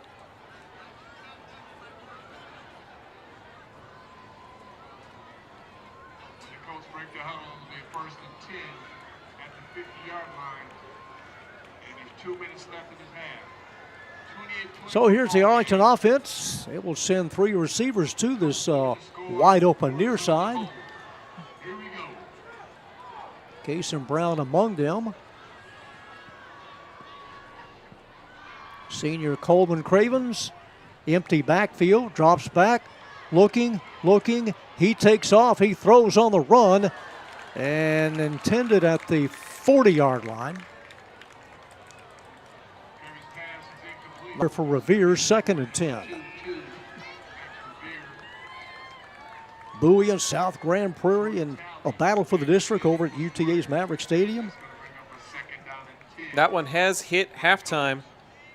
And it looks like Jot Holly has a special guest for the Taqueria Taco Express halftime show.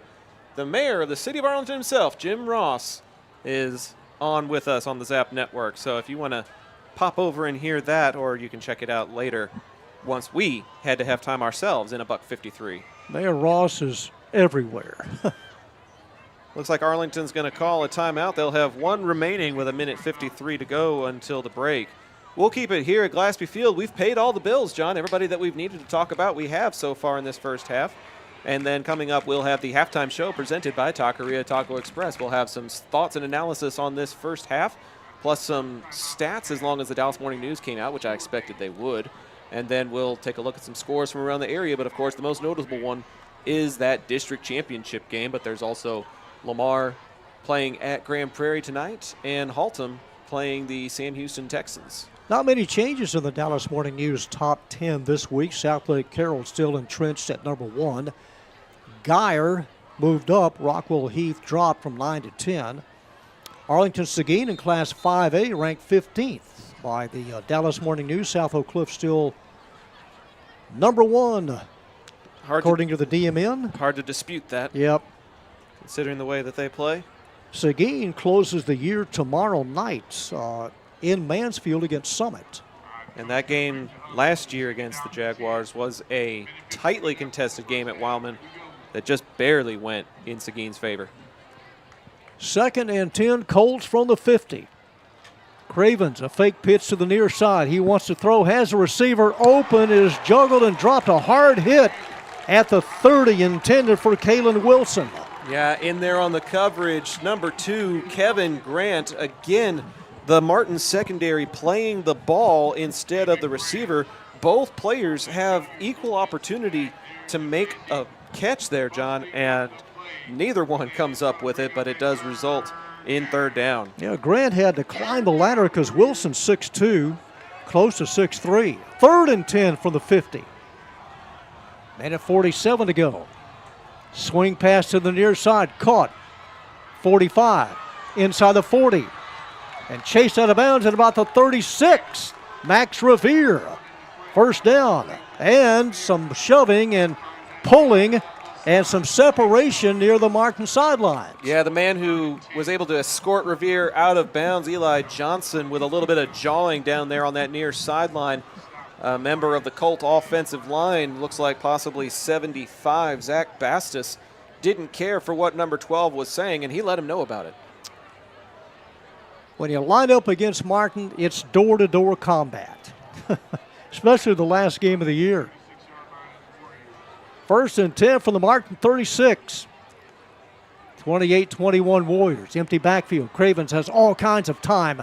Scampers out to the right. Throws on the run and short hops it near the 22-yard line. Yeah, I can't really fault him there. At No. least he didn't take the sack. Threw it in the direction of Burton, but it was short by about a yard there.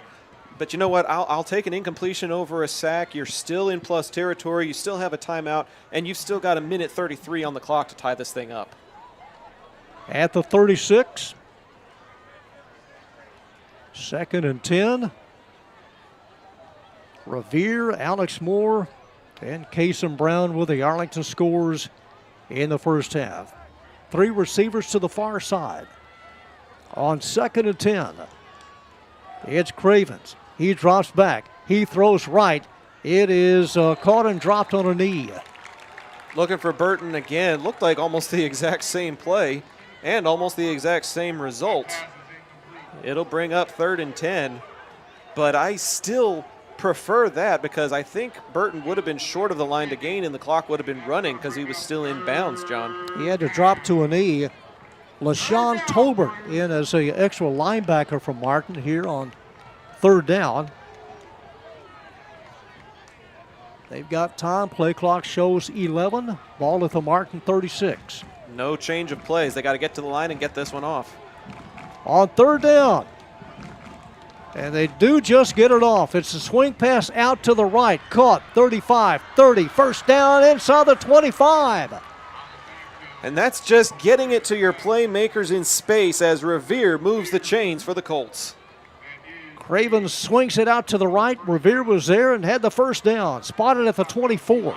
Just over a minute to go. It'll be right at a minute by the time Arlington gets this play off. 1:10 on the clock is what it says here at Glaspie. Kason Brown flexed out to the left. Under a minute. Jamar Burton as Cravens throws to the deep corner of the end zone, and that was out of bounds. Caught but out of bounds. He had a man in number 3, Jackson Nelson. Flag inside the 10-yard line in the area of defensive holding.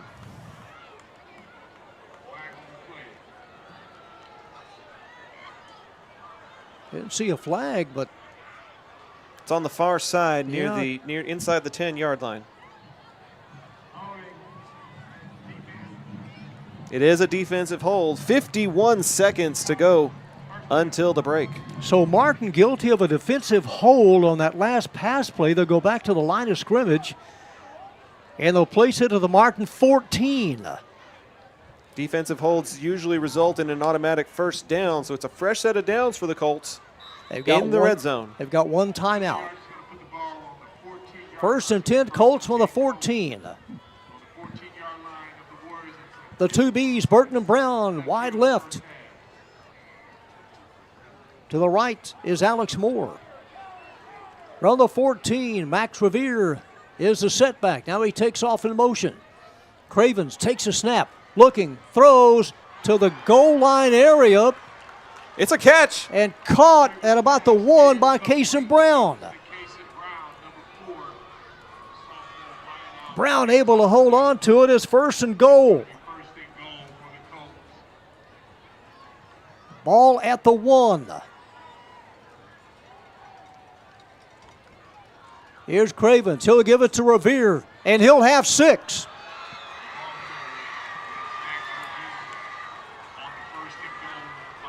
Max Revere from a yard out. And it is 28-27. Revere's 2nd touchdown run. Yeah, there was some great movement on that Colt offensive line. opening up an opportunity for him on that left-hand side. And the Colts a point away from an equalizer. Score comes with 31 seconds left in the half. Pierceling came to Arlington via Alito. Extra point just inside the left upright. And there is the 56th combined point here in the half. 31 seconds until halftime. It may be first one to 50 here at Glaspie Field. Back in 30 seconds on the Zap Network. A-frames that bring their A game. The next time you need to get your brand out to the community, go with the printers who are in your community, Eka Signs. With everything from wall signs to banners, printed tees to hats, Eka can even do same-day rush orders on select products. Visit ekasigns.com/shop to see their full list. That's ikasigns.com/shop. Eka Signs, a partner of Zach Arnold Productions.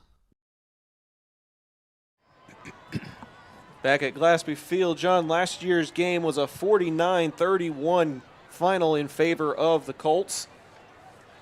This one shaping up to probably be 56-49 or 70-63, depending on how many more points we got left in the tank. Arlington led that game last year at halftime, 28-21. A lot of similarities between last year's game and this year's contest. 14 in the first quarter, 14 in the second. And Pierceling will kick off with the wind.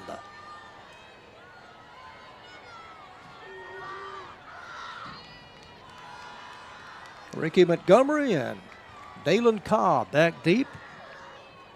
It is towards Montgomery, and it bounces out of bounds at about the 3, so it goes out of bounds, did not get over the goal line.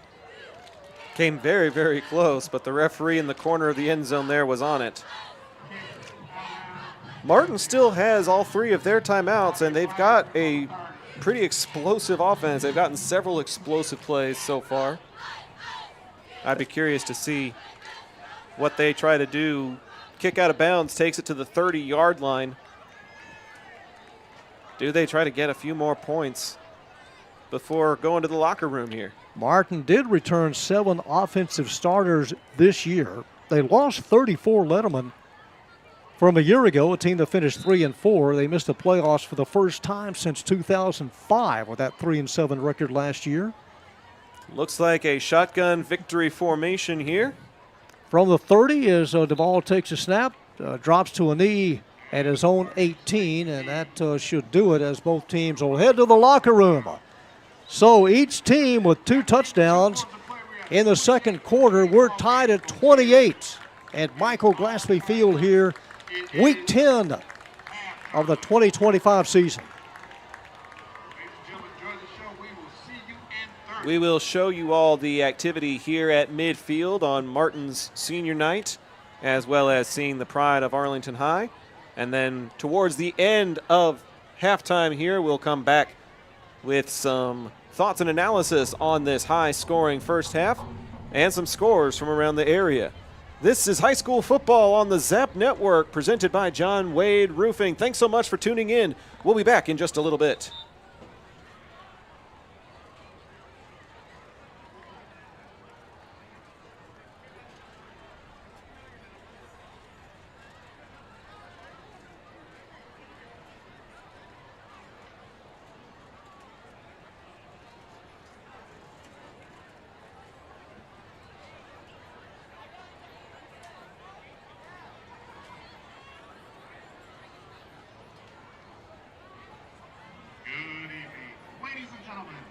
Please welcome to the field the award-winning grand champion drill team, the Arlington High School Colt Kickers. The Colt Kicker social officers are sophomores Alyssa Carter, Abby Villegas, Maddie Vasquez, junior Ashley Torres, and senior Abby Cooper. Colt Kicker representatives are veteran representative Lydia Cooper and rookie representative Emma Saxton. The Colt Kickers would like to thank our executive sponsor, Automotive, for their support during our season. Colt Kicker dance officers are sophomore lieutenants Addie Perigo, Bailey Williams, Dana Rodriguez, and Senior Lieutenant Valerie Mayfield. Each week, the dance and social officers select a kicker of the week and a spirit of the week to be recognized for all of their hard work. The kicker of the week is Iris Tara, and the spirit of the week is manager Journey Parker. The kickers have chosen assistant band director Mr. Rodeo as their teacher of the week. Thank you for all that you do to serve our band and students. The kickers would like to dedicate this special halftime performance in support of others. And now, under the direction of Caroline Lukow and Ricky Fumini, the Colt Kickers and family will perform to Let's Groove. Keep it kicking.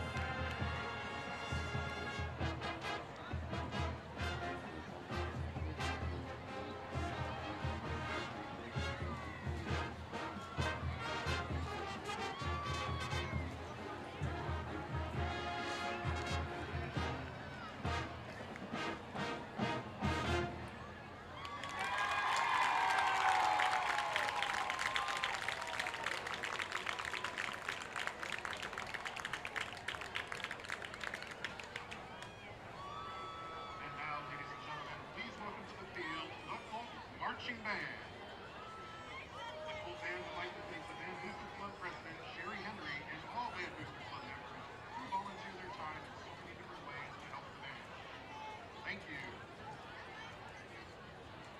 Each week, outstanding band members are recognized for their hard work, dedication, teamwork, and leadership. The Colt Band members of the week are Ariana Nicholson, Eva Bowman, Ben Carlson, and Noah Williams. The section of the week is the leadership team.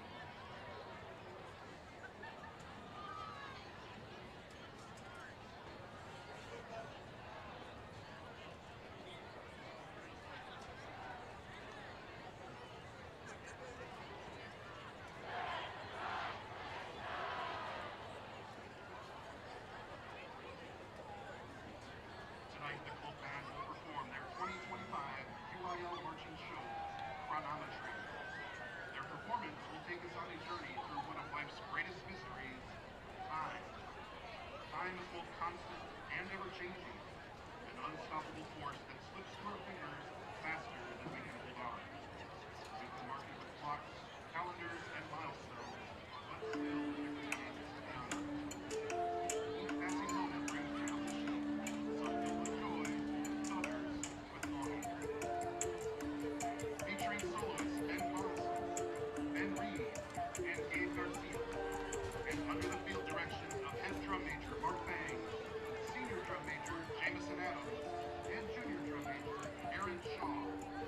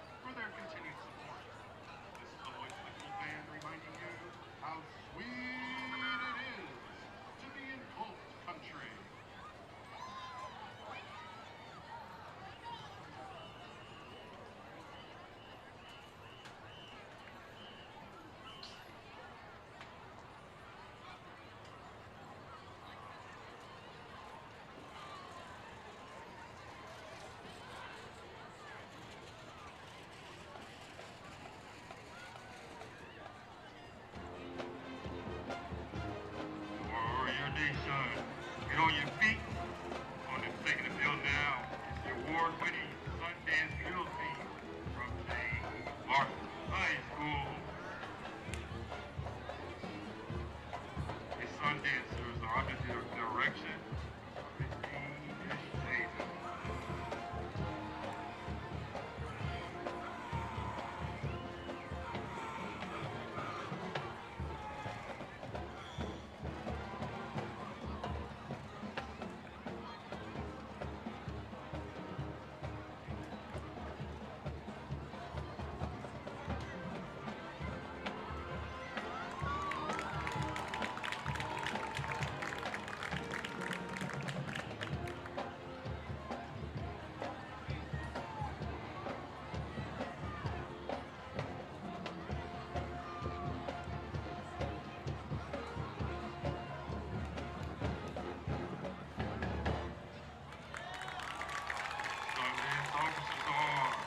First Lieutenant S.M. Ward, Senior Captain S.M. Lumpkin, Social Officers are Sophia Yokley, Sophia Barra, Carla Romero, Sophia Hosen, and President Dr. Spivey. The Sundancer would like to congratulate the Sundancer of the Week, Senior Sarah Miller, Peer Dancer of the Week, Sundancer will be performing a prom routine to Do What You Want, played by the award-winning James Martin High School Marching Band.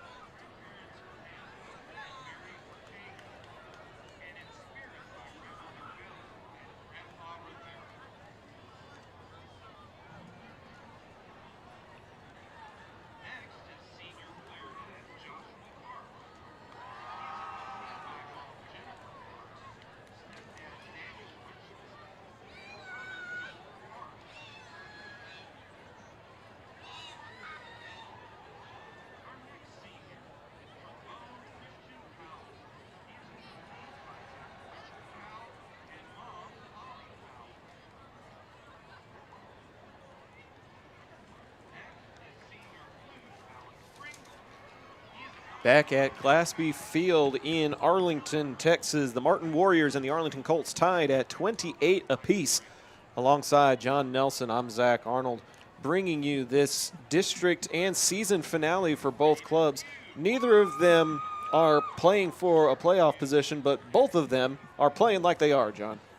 Well, 58 or 56 combined points, 5-6 in the first 24 minutes, and it started out with a Max Revere 7-yard touchdown run. We thought, well, it's going to be a close one. Well, it was. Each team trading touchdowns, 7-all, each team with 14 points in each quarter. It was a scoring frenzy, but, the players that should be active and should be scoring did in the first half. Very true. The highlight of it is going to be Martin's quarterback, Chase Duvall.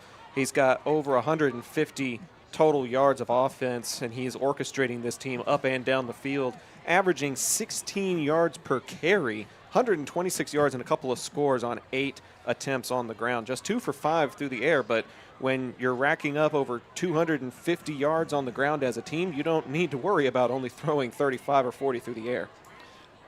The thing that bothers me, the penalties for both teams, over 100 yards combined in the first 24 minutes. That's just too many.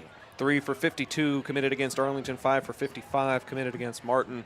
Total of 27 combined first downs, 15 in favor of the Colts, 12 in favor of the Warriors. Arlington has 204 yards through the air from Coleman Cravens. He's 12 of 20 on the evening, 204 and a couple of scores.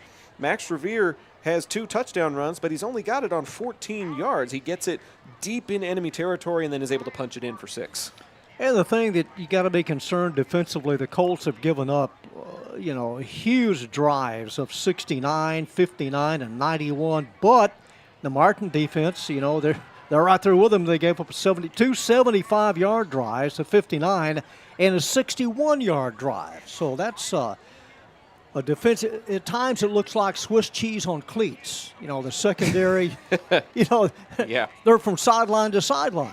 Almost 600 combined yards of offense in the first half, 311 to 266. Martin with over 300 total yards just in the first half alone, according to the Dallas Morning News, who is statting this game. We don't stat the game quite as thoroughly as they do, so we appreciate when they're able to be on site and contribute these types of numbers.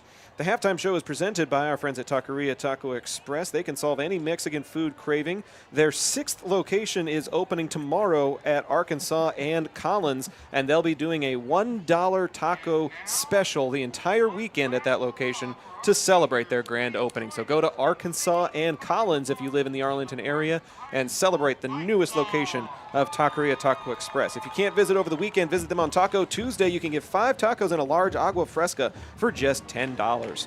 Find out more by visiting TaqueriaTacoExpress.com. John, we kind of joked in the second quarter that it may be the first one to 50 who wins this ball game, but that is becoming possibly more and more accurate depending on what kind of halftime adjustments these two teams can make. And Martin gets the ball to begin the second half. So we'll see that offense pick up where they left off. You see the players run through the banner. The students have a big banner that the players run through to begin the game. I've never seen a band do it, but the Martin band, you had some senior band members run through a banner that they erected at midfield. It's just kind of neat. That's an interesting way to commemorate your seniors. I believe that's the senior class that's right down the middle at the 50-yard line as Arlington gets ready to take the field up at the top there. The Colts have returned to action, and Martin is stretching out over on the north end zone, and we're getting ready to start what could be a very exciting second half. Martin started the year 0-3, losses to Lake Travis, Denton Guyer, and Mansfield. Well, Lake Travis and Denton Guyer, they beat Mansfield. Then they beat Mansfield. Yeah, but, traditionally, Zach, and, this goes back even before Bob Wager, but Martin continuously plays one of the toughest districts in the AISD and non-district schedule. Down through the years, Lake Travis and South Lake, Cedar Hill, Allen, Guyer, Denton, Ryan, Midland Lee, every year they just stack up with these tough non-district opponents. In order to be the best, you have to play the best, and it has worked well historically in the past, but has not worked very well for them in the last couple of years as the playoff drought set to continue. But when Arlington is also out of playoff opportunity, then there's just pride to play for. There's just, I want to be better than the guys across the field from me. And that's what we've got on display so far in this first half. This is a Martin team 2 years ago. They went 7-3, and then that 3-year record of 10-2. And before that, 3 rounds deep, they finished 11-2 in 2019, but missed out last year with a 3-7 overall record. But that was last year, and we've got a half to play. Arlington looking to keep them at just 3 wins this year. Their wins have been against Mansfield, Grand Prairie, and Sam Houston. They've got a 56-43 loss to Bowie, a 45-38 loss to Haltom, 34-26 against South Grand Prairie. And those South Grand Prairie Warriors are having a little bit of trouble against the Bowie Volunteers. Last I checked, it was 17-0 in favor of Bowie at the halftime break. So the Volunteers flexing their muscles. They've got a district. They can smell a district title in sight in 2025. Martin going to send back Ricky Montgomery and Dalen Cobb, awaiting Pierce Lean's kickoff into the wind, which has not subsided at all since kickoff. He kicking from north to south.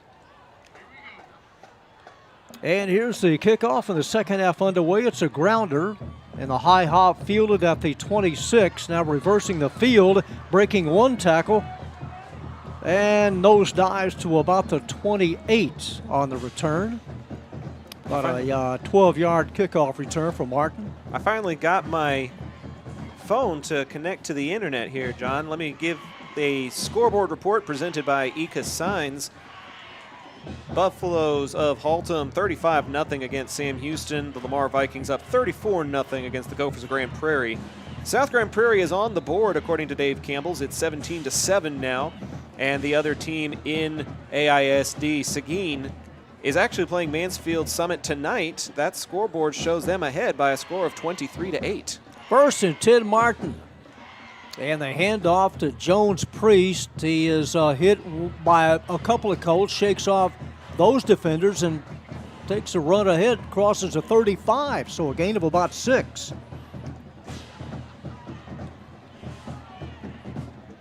Yeah. Chase Duvall. Jones Priest was averaging 10 yards a carry in the first half, 90 yards on 9 attempts. From the 26. Seconds and needing about 4. The play is clogged up on the right side, and Jones Priest is smothered at about the 37-yard line. It will be a yard and a half short.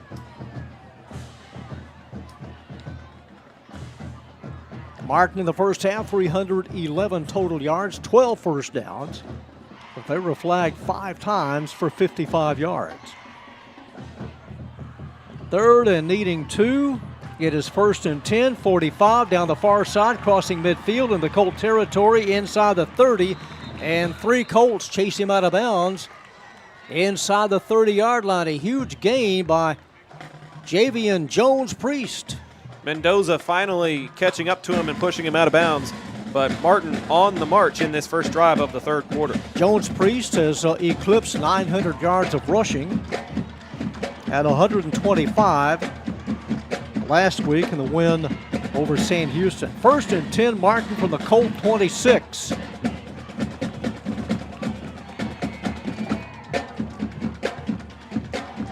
Jones Priest over right guard and goes down at the 22. Gain of about 3. He was submarined by Luis Mendoza among 2 Colts.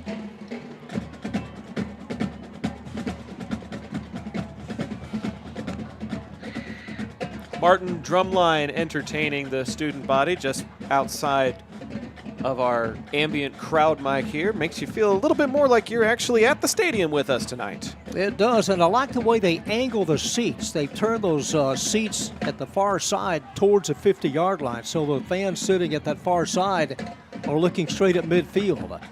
Running play, 15, inside the 15. That's another handoff and another run to Javian Jones-Priest. 1st and 10, Martin. From the 13. Just underway in the third quarter. First possession of the second half, and Martin's already in the red zone. Martin did not punt in the first half. Offensive line anchored by Chase Shaw Mathis, senior center. Adams, one of the two guards.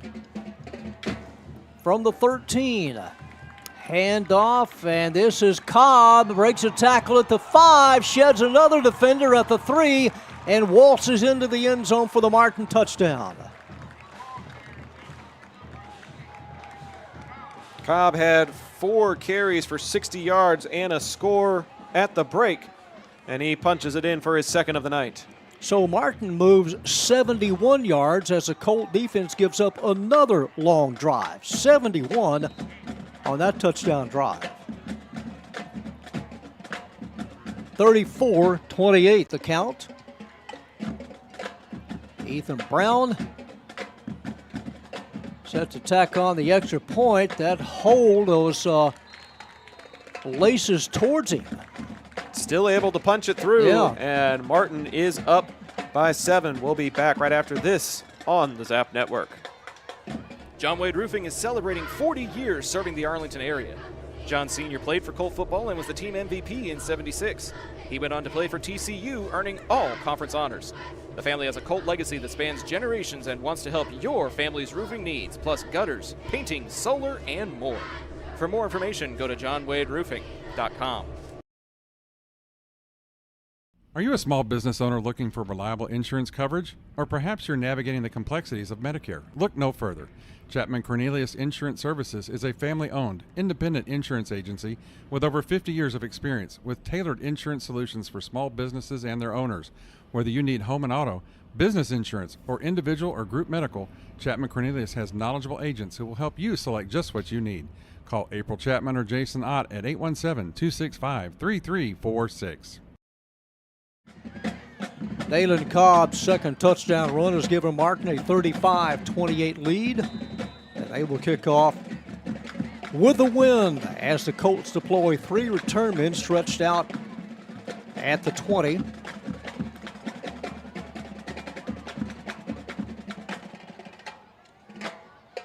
And gives it the full windup, and this will come out to the 25. So that's where the Colts start.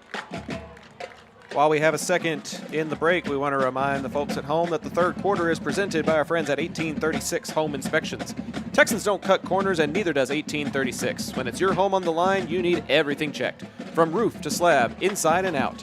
1836 provides a Texas-owned, Texas-honest approach to find what others may miss, while offering sewer and septic line inspections, thermal imaging, and 11-month warranty checks. Don't gamble with your biggest investment. Call 1836 to feel at peace with your choice. 817-382-2111. 1st and 10 Colts, are first possession of the second half. They scrimmage from their own 25. Empty backfield for Coleman Cravens. Senior takes a snap, drops back, looks to the left, throws left, and overshoots his man at the 35. Intended, well, let's see, in the area, Zach, of Cason Brown. A little bit too tall. That's a pretty impressive thing to do when your target is 6'1" and has an over 7.5-foot wingspan. We might mention that Coleman Cravens, he was the first Arlington AISD Student of the Month in the calendar school year, ranks 3rd in his class, a 4th-generation Colt. 2nd and 10 from the 25. Here's the reverse coming to the near side, and not much, maybe out to the 30. Ran a long way to get some yards. More lateral than upfield. In on the tackle was Maddox Harold, a senior defensive back. Cason Brown on the run. number 22 able to make it a minimal gain. It's 3rd and 5. All that running to the near side and a pickup of 5, 3rd and a nickel from the 30. Direct snap. First down 35, 40. Look at Case and Brown go. Brown, the chase is on, and they will not catch him. Case and Brown, 70 yards to pay dirt. Just broke it open, Zach, at about the 40, and the foot race was on. Yeah, that was some great downfield blocking by the Colt offensive line, and once he made it to midfield, he was gone. A great run by the sophomore, and the Colts are an extra point away from tying it up again. 35-34. Whoever has the ball last tonight will probably win this At contest. some point, somebody's going to have to go for 2. Touchdown coming less than a minute after Dalen Cobb's run. So Pierce Ling on the PAT. Cravens has a hold. He puts it down, and it is good. That is our 70th combined point at 35 all. And we're nowhere near done yet. Stick around, folks. A lot of football left to play here on the Zap Network. Taqueria Taco Express is the official taqueria of Zach Arnold Productions. With locations in Arlington, Grand Prairie, Waxahachie, and a new location opening in Mansfield, solving your Mexican food craving has never been easier. Visit them on Taco Tuesdays for their special 5 tacos and a large agua fresca for just $10. Find out more by visiting taqueriatacoexpress.com. Modern West Windows and Doors is a partner of the Zap Network. They're also partnered with trusted industry leaders like Lowen, Weather Shield, and Simpus to guarantee quality product and installation. Whether you're searching for new concepts for your entryway, living room, dining room, bedroom, or even a workshop, Modern West has the solutions you're looking for. Visit the showroom at 1211 6th Avenue in Fort Worth or visit modernwestwindows.com. Case and Brown's second touchdown tonight for the Colts as they go 75 yards. That score came exactly, let's see, that was a 44-second since the Cobb score for Martin. 44 seconds apart. Goodness gracious. Do you like offense? I like offense. We've got it tonight and then some. Ringing up numbers faster than the national debt. So here's a kickoff. It's a grounder, and fielded, scooped up at the 19, 25, 30, out to the 34-yard line. A gain of 15 on the kickoff return. That was number 6. That was Cobb, yeah. 21, Atherion Sorrell, 5'9", senior defensive back, making the special teams stop. So here's Martin's second possession. It's officially spotted at the 34. Martin turned it over on downs just one time. They did not punt. Other than that, it's been a slugfest. This could very well end up being 57-56. Malik Mason wide rights. It's a run by Cobb, gets to the edge, 45, crosses midfield. Dalen Cobb ridden down at the Colt 41. Mendoza in on the stop, number 10. Cunningham in on the stop. Those are touchdown-saving tackles if they don't wrestle him from behind. 24 yards on the Cobb scamper. 1st and 10, they spotted at the 42 of Arlington. Hear the traditional horse playing in the background. Ball is loose. And fallen upon back at the 49 as Cobb able to get on top of it. Maybe a little miscommunication there with Cobb taking the direct snaps. Wasn't anticipating that and just had to fall on it. Now they're playing behind the chains. It is a loss of 6 from the Colt 48. 2nd and 16. It's a keeper. Here we go again, outside the numbers, and this will take Martin's another touchdown. Cobb on the direct snap. Keeper used the running back as a lead blocker, had a nice cut at the 20. And just like that, Martin's back in front again. Dalen Cobb, 48 yards to pay dirt. Throwing haymakers at each other. And we may have triple digits in scores tonight. That may be the first time that happens on the Zap Network all night, or all season. We came close when Bowie was playing Lamar and Martin, but we have not hit the 100 combined points yet this season. So Cobb from 13, now from 48. Extra point is up and into the night. And the Martin Warriors now on top 42-35. 6:58 to go in the third. We'll be back in just a little bit here on the Zap Network. Need a cleanup that's easier than finding your seat on game day? Trinity Logistics Services has you covered. Whether it's your home or your business, Trinity will drop off and pick up the dumpster. No hassle, no mess. Founded by Arlington's own Chet Soto, class of '97, Trinity Logistics Services is proud to serve their hometown. Call 817-693-1302 and let's tackle your next project together. Las albercas en Texas necesitan servicios durante todo el año. Romy Pools brinda servicios de calidad, incluyendo limpieza, mantenimiento y reparaciones. Llama al número 469-951-0107 para una consulta gratuita y pregunta por Roberto. Romy Pools, haremos que te enamores de tu alberca de nuevo. It is the Dalen Cobb show here from Martin in the first 5 minutes of the second half, adding to his total. Had 257 total yards and 4 touchdowns in a loss to Bowie. 3 scores tonight as Martin leads at 42-35. And another touchback that will come out to the 25. And that's where the Colts began their second series after the Cason Brown 70-yard touchdown run. Off the Toyota Vandergriff in Arlington signboard behind the uprights. Put a dent into it. You have to be pretty accurate to hit it that dead on. I mentioned, Zach, the Lady Colt volleyball team advanced 2 rounds. They dropped their match to Plano West this past Tuesday night, 3-love, but able to beat Irving Nimitz in round 1, but lost to Plano West in the second round Tuesday night. Our congratulations to the Lady Colts for making it to the postseason, making noise. Kim Spencer does it again.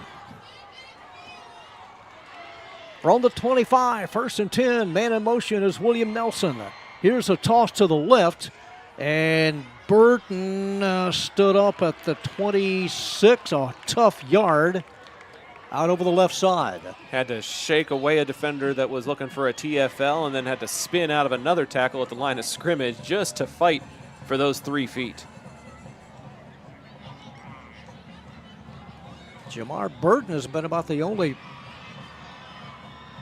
offensive member of the Colts who has been denied a score tonight. Second down, 9 from the 26. Deep snap. Cravens rolls out to the near side. In trouble, able to get outside the numbers and takes a hard hit out of bounds at the 23. And here we go. We got some separation coming on that hard hit as Cravens really walloped hard. I believe that's Daniels, Jace Daniels, a free safety that came across. That was Daniels. Lowered the boom on Cravens. It's a loss out back to the 22. So that'll make it 3rd and 13. He was right on that white line and was really leveled. Took a tough hit out of bounds. He was in the field of play. That makes him eligible for that kind of contact, unfortunately. So you want to be quarterback. Nelson in tight to the right. Empty backfield. Cravens throws on the run. It is caught at the, may have been short hopped. No catch intended for Alex Moore. Yeah, it was in and out of Moore's hands. He found a soft spot in the zone. He was right near the 35-yard line. That's the right call. It's the right read. It's the right pass. Just in and out of Moore's breadbasket. This will be Arlington's second punt. And they're pinned back deep at their own 22.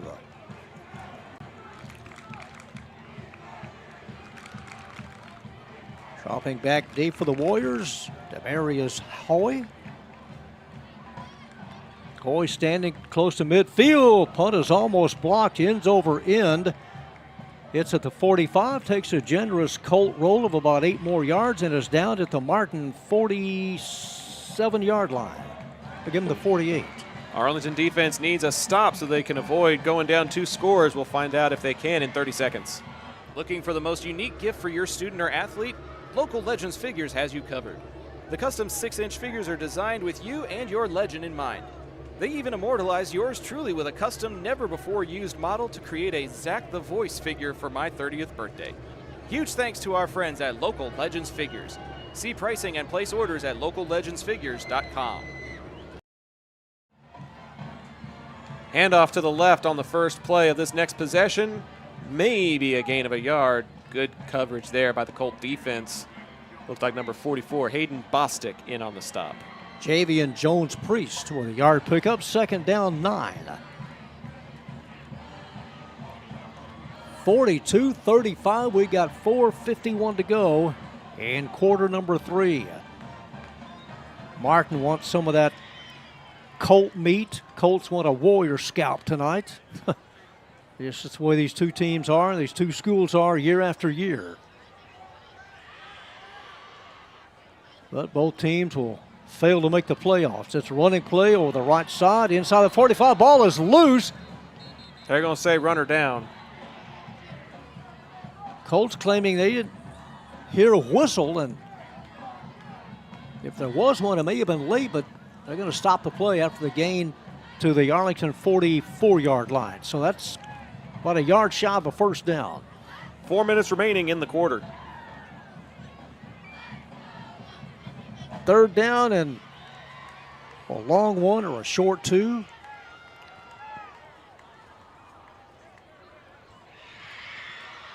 Third possession for the Warriors in the second half. On 3rd and 2, and wrapped up behind the line. He got stopped. Thrown down, tossed to the turf. Luis Mendoza with a body slam.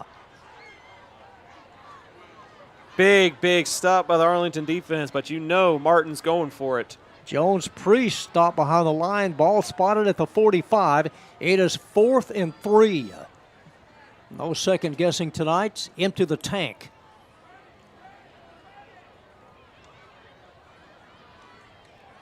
So here we go. 4th and 3 at the Colt 45. Chase Duvall, the signal caller. He will hand it off to Jones-Priest. Has a first down inside the Colt 40 to the 39. And he stumbled in the backfield, which should have given Arlington's front 7 time to be able to close the gap, but Martin creates the hole that is able to pick up a fresh set of downs. Lost his footing, but is able to lunge forward for the first down. It's at the Arlington 39. 2 scores for Martin, 1 for the Colts here in the third quarter.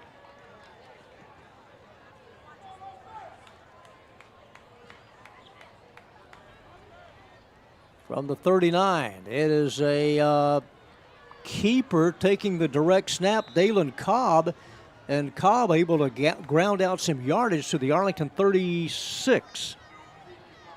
Gain of 3. And now Duvall back in there on the offensive play coming up. Duvall and Jones-Priest in the backfield. They got Cobb flexed out wide left with 2 receivers. On the 36, it is a keeper and taking a hard hit. Ball may have come loose. It did. It's fumbled. Duvall lost it. And the Colts have recovered. Colt football. Arlington has it. They converged on Duvall. Still having to separate a couple of players. Martin player doesn't want to give it up, and Arlington right on top. That's number 20 on top, Troy Gaston.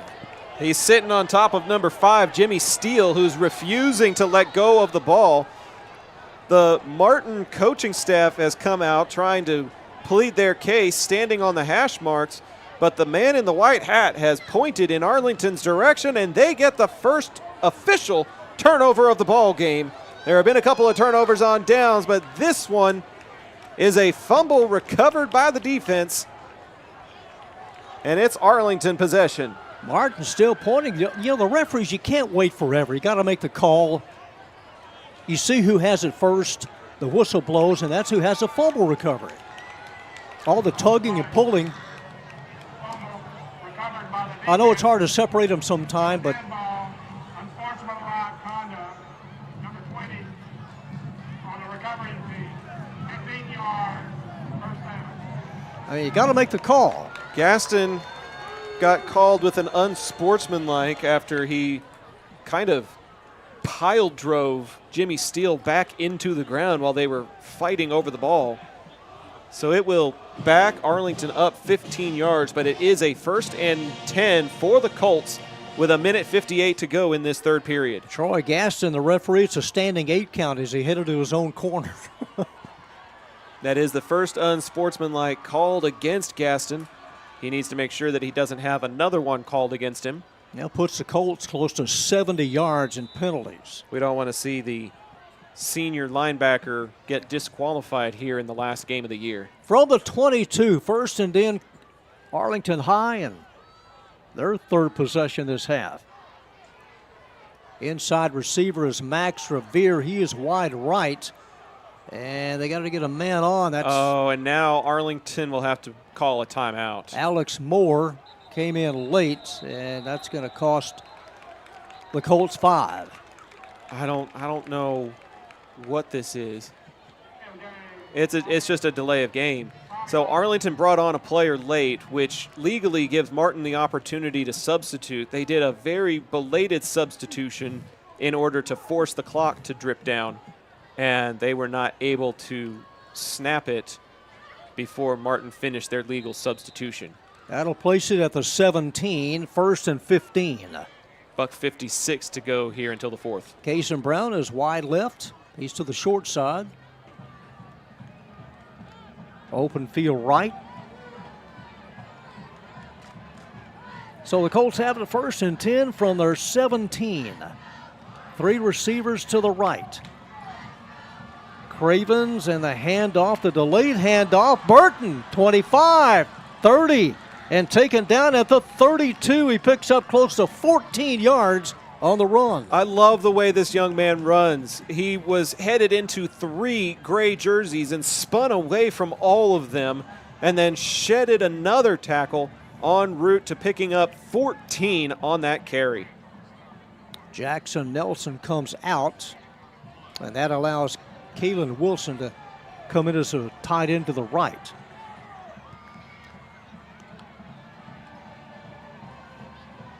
Running play, Max Revere crosses the 34, crosses a 35, and has a first down. Max Revere on the first down run. Yeah, Jace Daniels in on the stop, but he was going for the breadbasket, and Revere refusing to give it up.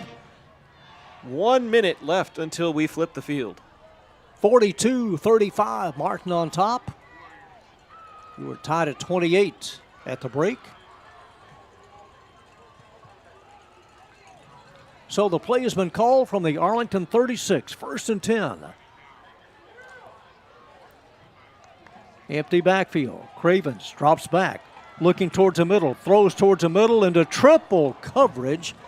And at the feet of number 3, that's Jackson Nelson at the Martin 35. Yeah, I think he decided he was going to Nelson before the ball even snapped. Tried to force the issue, and he's lucky that it just fell incomplete. Stops the clock with 34 seconds left in the third. 2nd and 10 from the 36. Arlington going into the wind from north to south. On 2nd down, it's a run. and stacked up at the 40 and shoved back. Arlington meeting some tough resistance in the person of Cason Brown. And a timeout has been taken here. Martin will take a 30. We'll take a 30 with them and be right back with 21 ticks to go until the end of the quarter.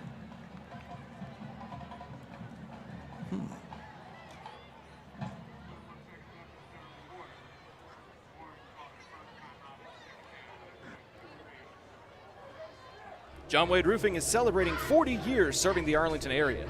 John Sr. played for Colt football and was the team MVP in '76. He went on to play for TCU, earning all conference honors. The family has a Colt legacy that spans generations and wants to help your family's roofing needs, plus gutters, painting, solar, and more. For more information, go to johnwaderoofing.com. Martin Warriors taking a timeout with 21 seconds left in the third. Arlington facing a 3rd and 6. So the Martin defense back out there. The Colts facing a 3rd and 6. As the Colt huddle separates from the far side.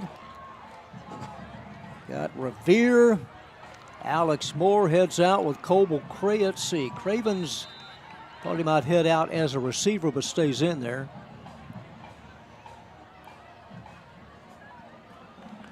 Third and 6. Play action. Cravens looking. He runs and lunges to the 43. It's going to be 3 yards short of a first down, and that will be the last play of the third quarter. We won't have to go very far to flip the field. The fourth quarter is presented by Modern West Windows and Doors. See the difference that their portfolio can make on your home by visiting their showroom at 1211 6th Avenue in Fort Worth, or by going to modernwestwindows.com to explore their inventory. The fourth quarter, presented by Modern West, is back after this.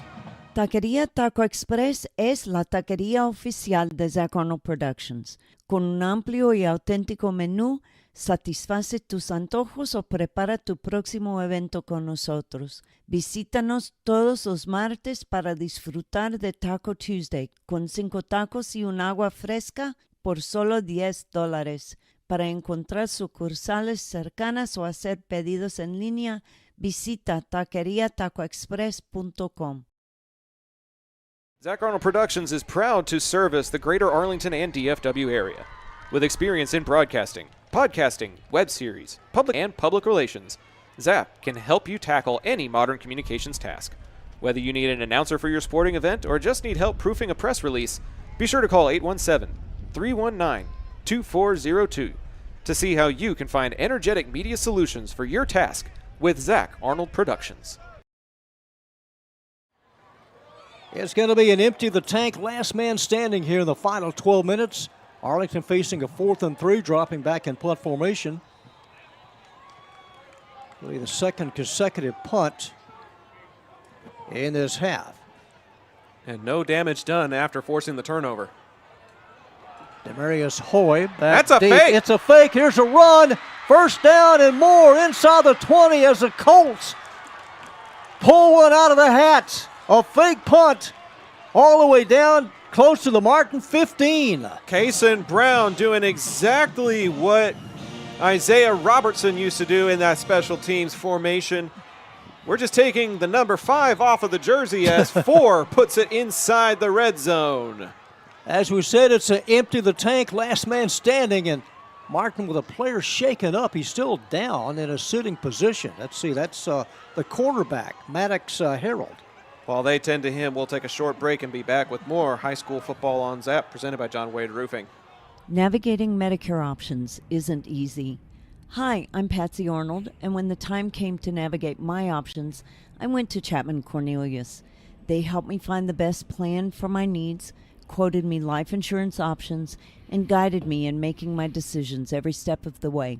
They want to do the same for you, so give them a call at 817-265-3346 or visit chapman-cornelius.com. Maddox Harold help to the sidelines. 1st and 10, taking the direct snap. Play action, it's a run over the right side to the 10, to the 5, to the 1. Kason Brown. 1st and goal for Kason Brown as the Colts are 3 feet away from tying it up again. At the 1. Drive started from the 22, the fake punt. Now Revere, the setback. 1st and goal from the 1. Colts trail 42-35. The keeper, and Cravens to the end zone. That's a great zone read by Cravens. He had the option to give it to Max Revere, and instead, Coleman punches it in, and we're just 55 seconds into this 4th quarter and 1 point away from another tie. 42-41. 83 combined points.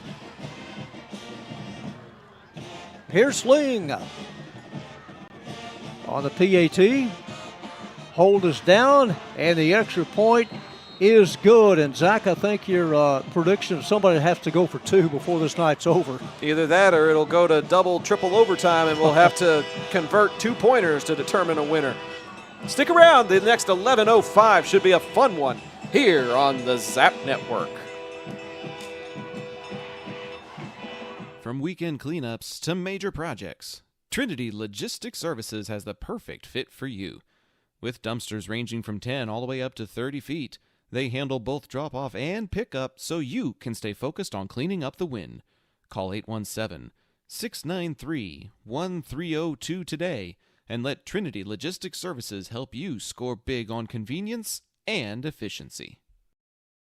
If you're like me and need printed materials to get your brand out there to the community, then you need Eka Signs. Conveniently located in central Arlington, Eka features a wide selection of shirts, hats, banners, yard signs, acrylics, magnets for your car, magnets for your fridge, tumblers, A-frames, and more. Call Eka at 817-617-2229 for more information and tell them Zap sent you.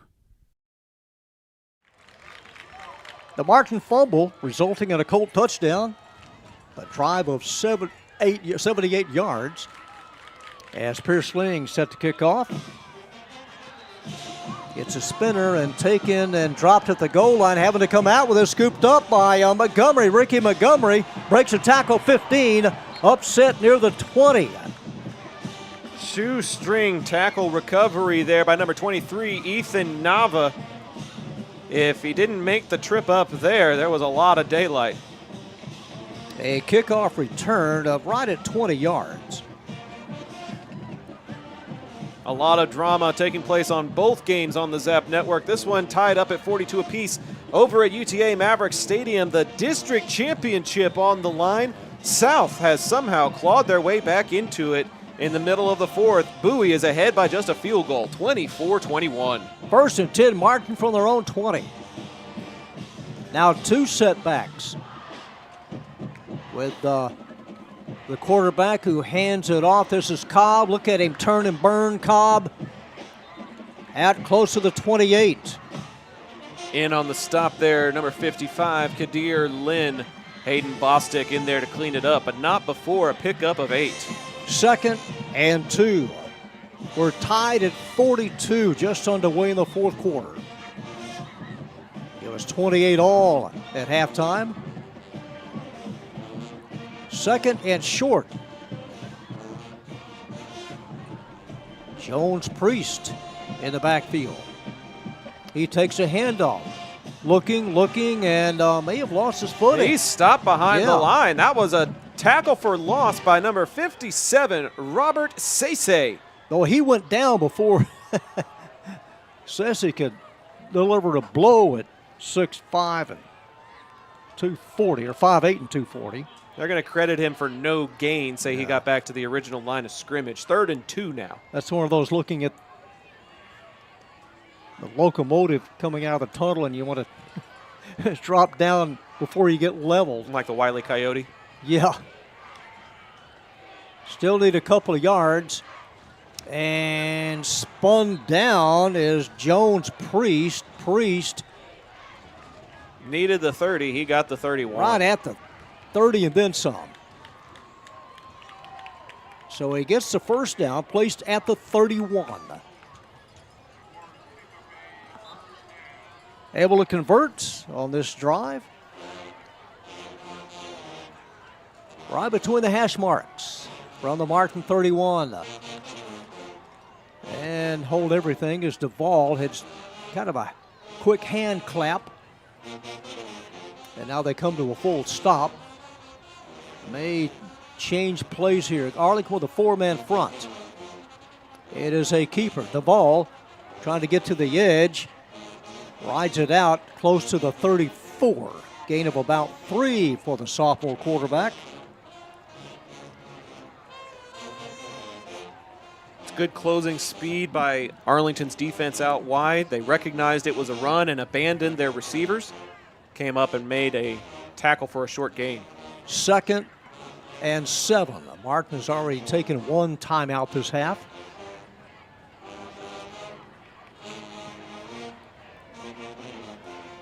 They haven't thrown much tonight from the 34 on 2nd down.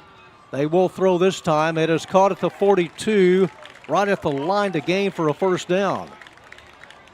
Troy McDaniel ensuring that there wasn't much after the reception, but Dalen Cobb able to move the chains for the Warriors. Nice pitch and catch. Cobb on the reception. He's caught 6 touchdown passes this year. 1st and 10 from the 42. So they've moved 22 yards on this current drive. We're tied at 42 apiece.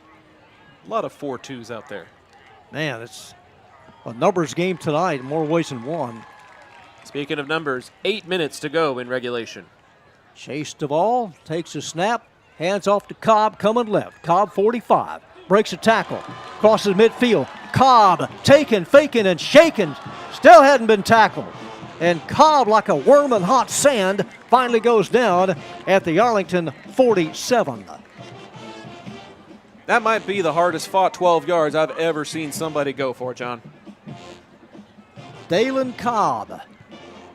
Where's number 6 for the Martin Warriors? Has just collected another first down.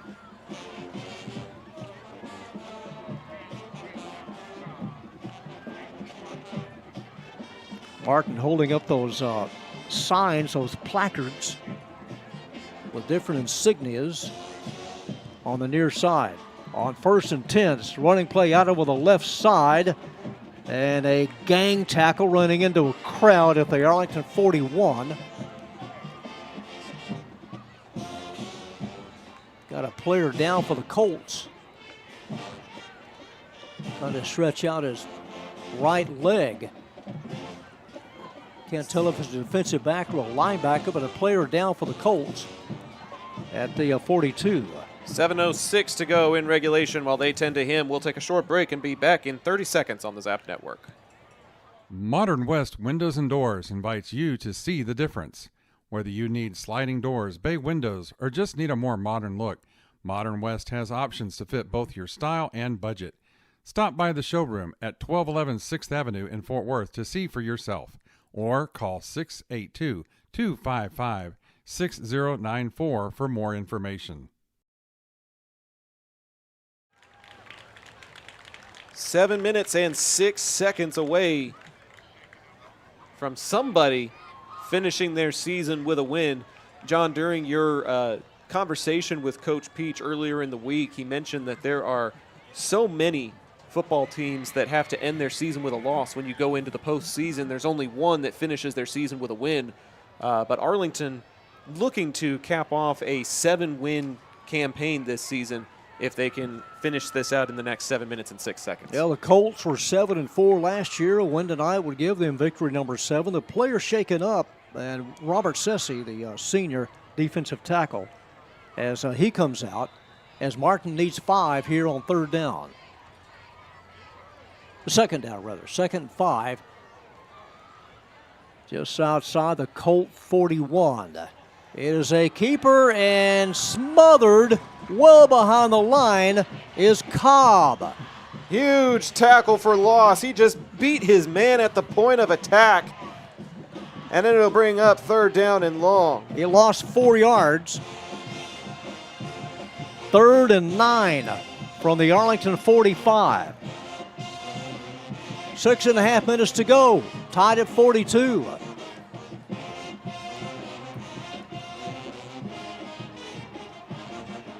Two awesome games on the Zap Network tonight.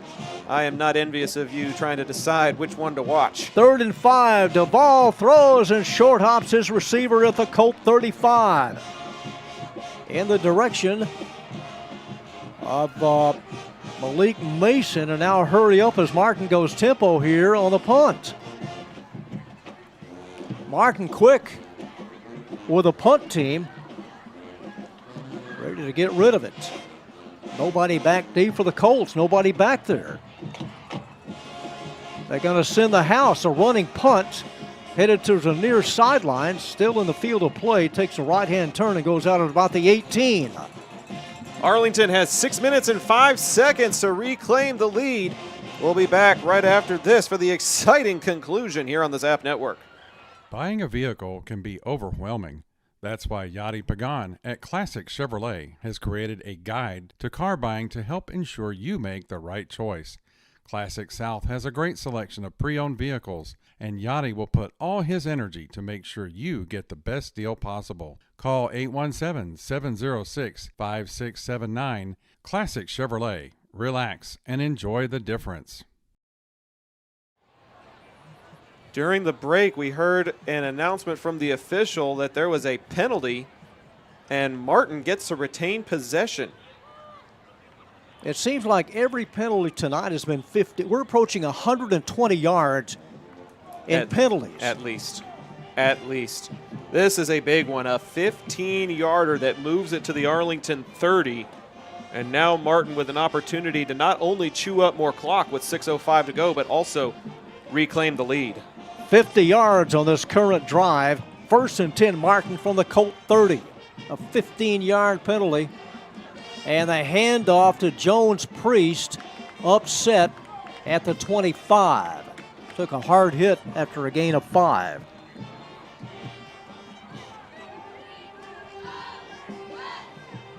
Colts still with their full complement of 3 timeouts. Martin has 2. 42 apiece if you're thinking field goal, well within the range of Ethan Brown. From the 25. Duvall about ready to take the snap. May have changed the play here. He will hand it off right side, and Jones Priest breaks a tackle and able to get to the Arlington 16 and a 1st down. Yeah, I think they went with the original play call there, John, and Antoine Copeland finally able to make the stop, but not before a fresh set of downs. 2 touchdown runs by Dalen Cobb, a fumble, and this current drive would start it at the Martin 20. They have it at the Arlington 16. 1st and 10. Duvall hands off on the sweep. This is Cobb. Cobb 10. Cobb, and a flag thrown as Cobb goes out of bounds at about the 8.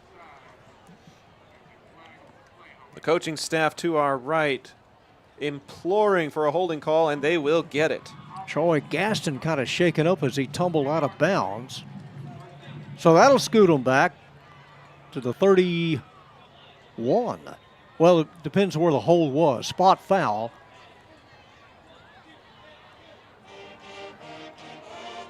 It occurred a little further downfield. They're going to place it near the 25. Still haven't set it up right. It's at the 24. 1st and 10, or rather, Martin at the 24. Need to get to the 6, so they need 18 yards. And they won't get it on this one. Big hit. Hayden Bostic in on the tackle with Luis Mendoza, and Martin's going the wrong way.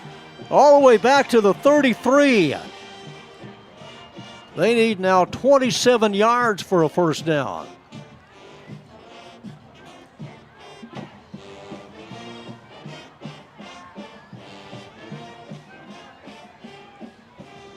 Second and a mile here at the Colt 33.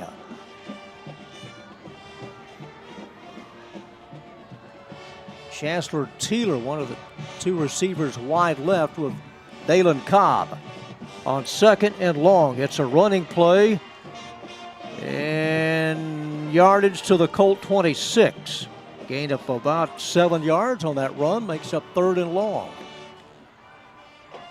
They need 20 yards. Well, closer to 21 here on third down. Need to get to the Arlington 6. Under 4 minutes to go. At this down and distance, maybe you're looking to just pick up a few more and get into better field goal range. Third and 21. Clock winding down to 3.5 minutes. From the 27, Duvall, inside screen. It's caught in traffic by Taylor. To the 15, still inside Ball's the 10. out. Ball's out. Ball came loose. Ball's out. Arlington's got it. They force a fumble. Second fumble recovery. That's Colt football. That's Colt football. Martin's second fumble.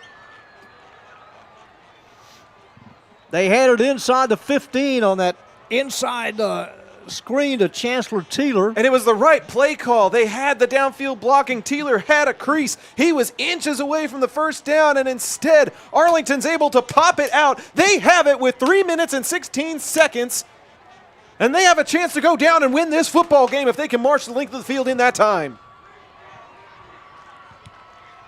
First and 10, Colts at the 9.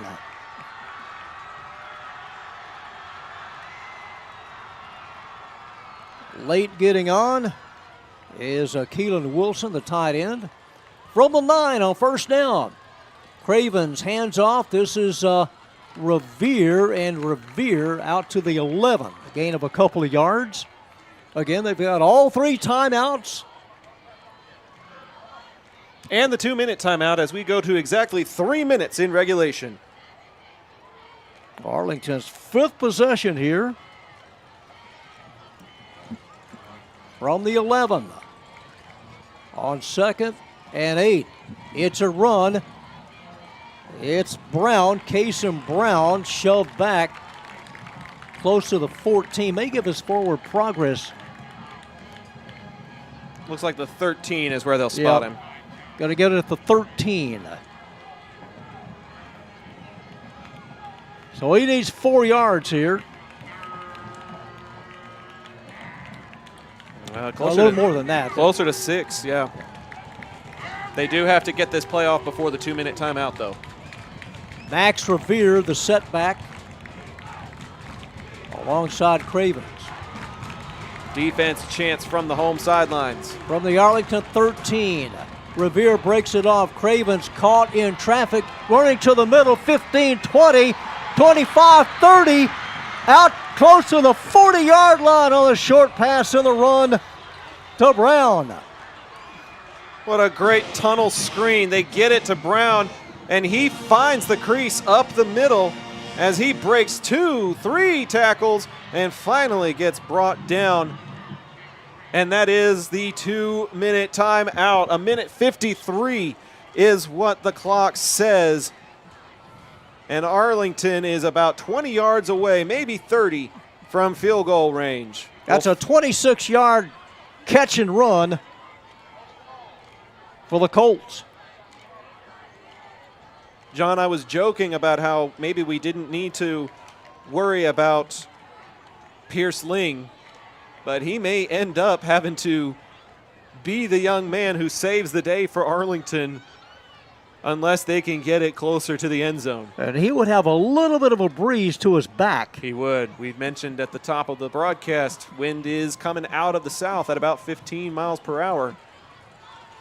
Colts trying to end district play at 4-3, 7-3 overall. The only touchdown coming on a Cason Brown 70-yard run, and then Cravens with a short 1-yard plunge to the end zone. The scoring here in the second half. A minute 53 away from finishing your season on a high note. It's Park Row against Pleasant Ridge here on this Thursday night. From their own 39, 1st and 10 Colts. Empty backfield. CC, Coleman Cravens.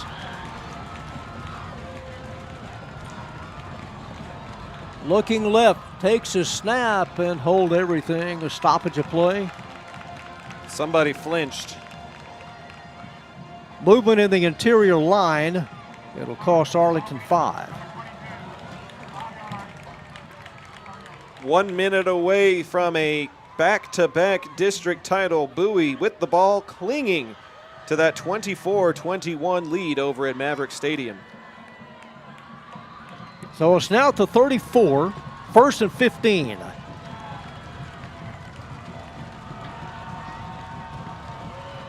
Brown in motion. Cravens looking, is sacked inside the 25. And that's something that has not happened to Arlington all evening. They have been able to protect him and keep him upright up until then. And Eli Johnson comes up with the biggest play for Martin's defense so far tonight. Minute and a half to go here in the fourth. Tied at 42. Arlington needs to get to the 49 for a first down. They need 24 yards here.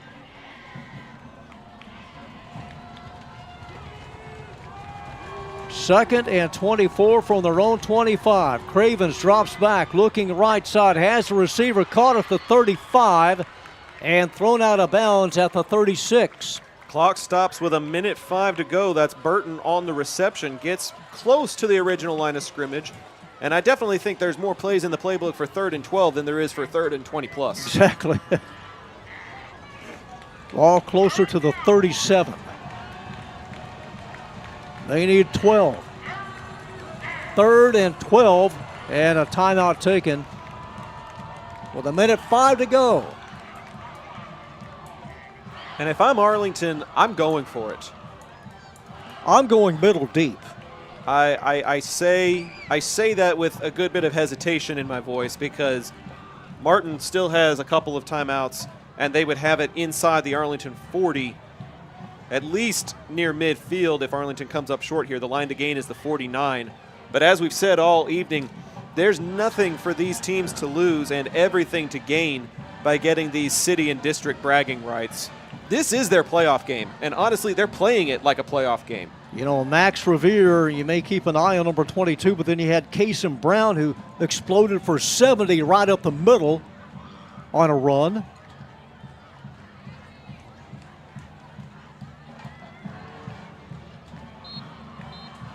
So here we go. Both huddles have broken. Defensive unit back out there. Here's the Colt offense. 3rd and 13. From the 37. Keelan Wilson in motion. Coble Cravens. He's loading up. He's throwing towards the middle. And caught and incomplete. Dropped. Yep, in and out of the hands of Cason Brown. It'll be 4th down. In all fairness, though, Brown was facing a quarterback and a linebacker right on his haunches. He was going to be sandwiched at midfield. If he hauled that in, it would be just enough for an Arlington first down. Instead, Arlington is going to play field position and hope that they can hold off Martin for the next 59 seconds and force overtime. Nobody back deep for the Warriors. It is 4th and 13. Pierce Ling, low snap, scoops it up. Very high, end over end, inside the 20, inside the 10. And it will be down inside the 5. What a punt by Pierce Ling, pinning Martin deep with 46 seconds to go. Arlington's second punt of the half. And that one's a beauty. He delivered. Going to spot it right at the 3. John, the one thing that we haven't had, at least for Arlington this season, I believe there was one overtime game early in the season for the Volunteers. I don't think we've had an overtime game for Arlington High this season. And we are 46 seconds away from that happening. 48 minutes may not be enough. So the Warriors pinned back at their own 3. Boy, you don't want to have shades of Bowie here. Breaking one deep from the end zone, taking the rest snap. Dalen Cobb. Cobb draws a crowd at the 10. Trying to ride it out for another yard out to the 11. Coach Reeves is not calling a timeout here. It looks like he may be content as long as Arlington can keep the players in front of them for the next 25 seconds. We're headed to overtime. It's a gain of 7. In no hurry. 17 seconds left. This will be the final play of regulation. Tied at 42 and 48 minutes isn't enough. Bonus football on the last game of the season. 42-42. And the district championship has just been claimed over at UTA Maverick Stadium. It is a final. Bowie 24, South Grand Prairie 21. Easily the two best teams in the district going at it head-to-head. And the Zap Network calling all of that. We hope that some people will come over to this ball game and tune in to overtime. I'm looking to see, Zach. I think he may be right on the Bowie, the overtime games this year. Trying to double check. Let's see. I don't see one yet on the regular schedule. I believe it was Flower Mound, game number 1 of the year. 28-21 Bowie. That one at Flower Mound. That was the overtime game. They scored and then forced a stop. So that is the only overtime game that we have covered here on the Zap Network. So Coach Reeves and Coach Peach will come out to do an overtime coin flip at midfield. This is college-style overtime rules. Each team will have a possession from the 25-yard line. Once you get to second overtime, if you score a touchdown, you must go for 2. If it's still tied after 2 overtimes, the third overtime and every consecutive overtime after that will just be 2-point conversions until we crown a victor. Well, you know that both teams haven't exhausted their plays from the playbook. Oh, no doubt. No doubt. This is the first time I've had to make an adjustment to our quarter indicator here. You can do that. I have to change it from a 4 to an OT as we get ready for some extracurriculars here at Glaspie Field. Martin shut out in that fourth quarter. Well, when you have 2 empty possessions on fumbles, that's bound to happen to you. So the Colts have won the turnover battle, but we're still tied at 42. Again, Martin has won 5 of the last 6 games in this series. It's a 42nd meeting down through the years between these two. Both teams coming off of wins.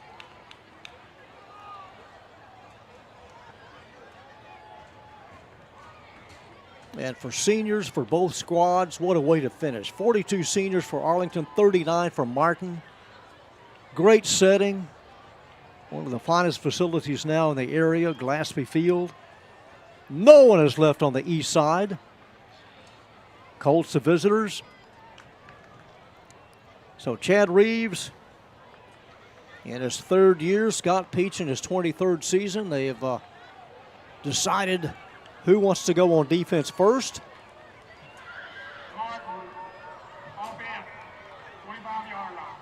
Martin will start the overtime from the 25, and they have not come up empty all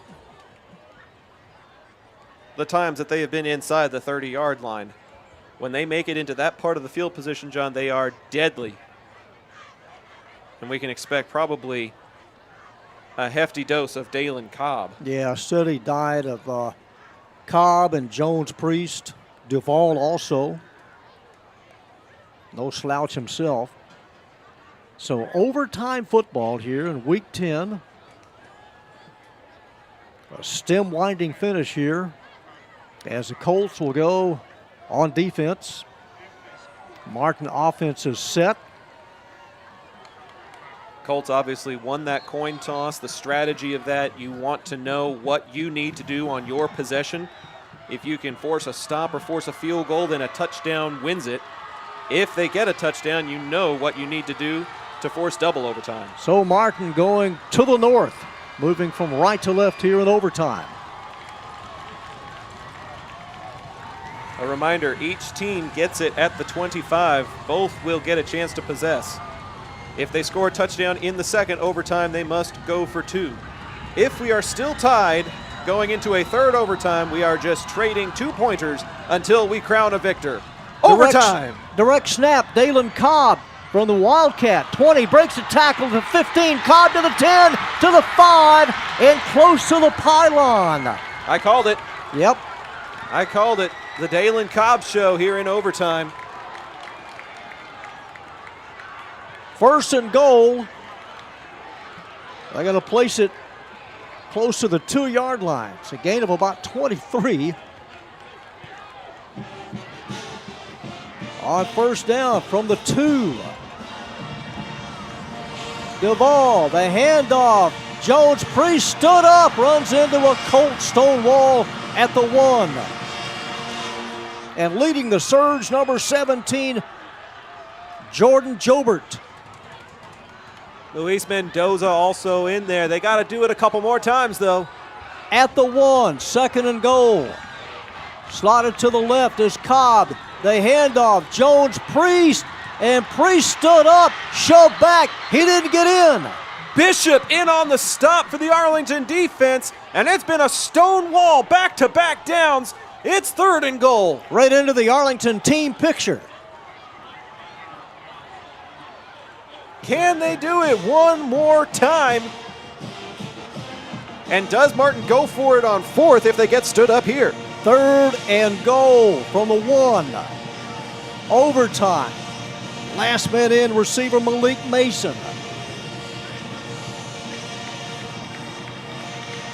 Offensive line quick to the ball. Direct snap, and Duvall is shoved into the end zone for the touchdown. The old Philly tush push. Chase Duvall. Got some help. And Martin scores first.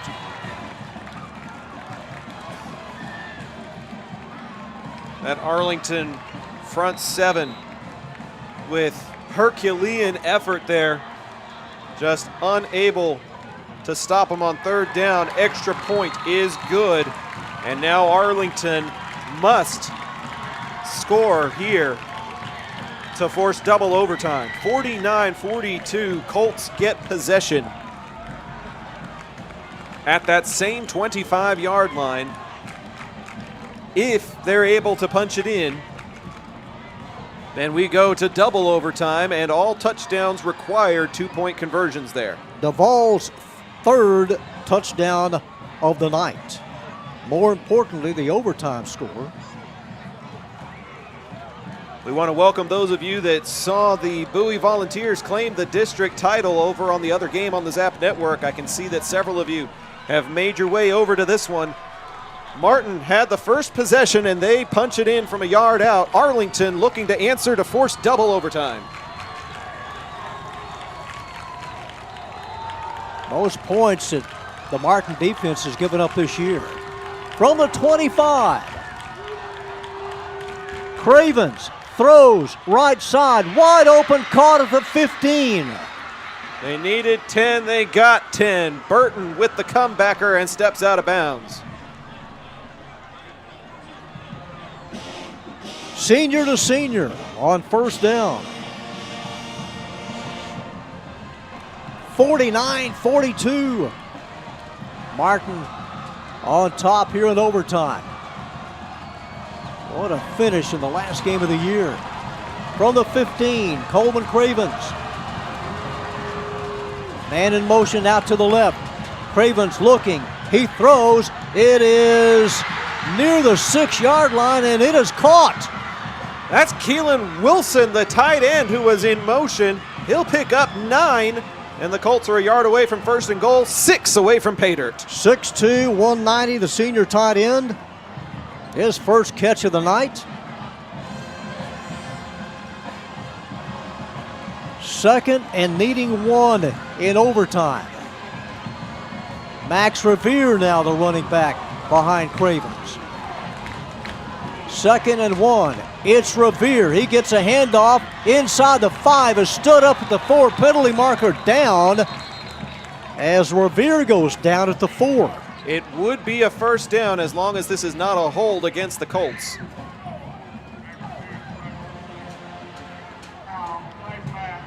It's a face mask, half the distance. That'll place it near the 2. At the 2.5. Martin inserting some beef on the D-line. Among them, Michael Van.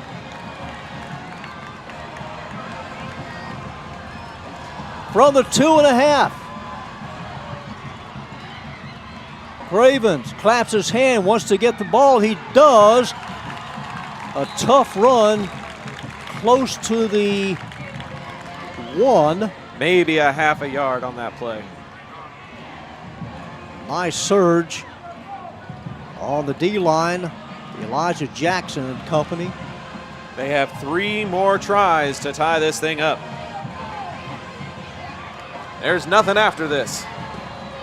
Second and goal just near the 2.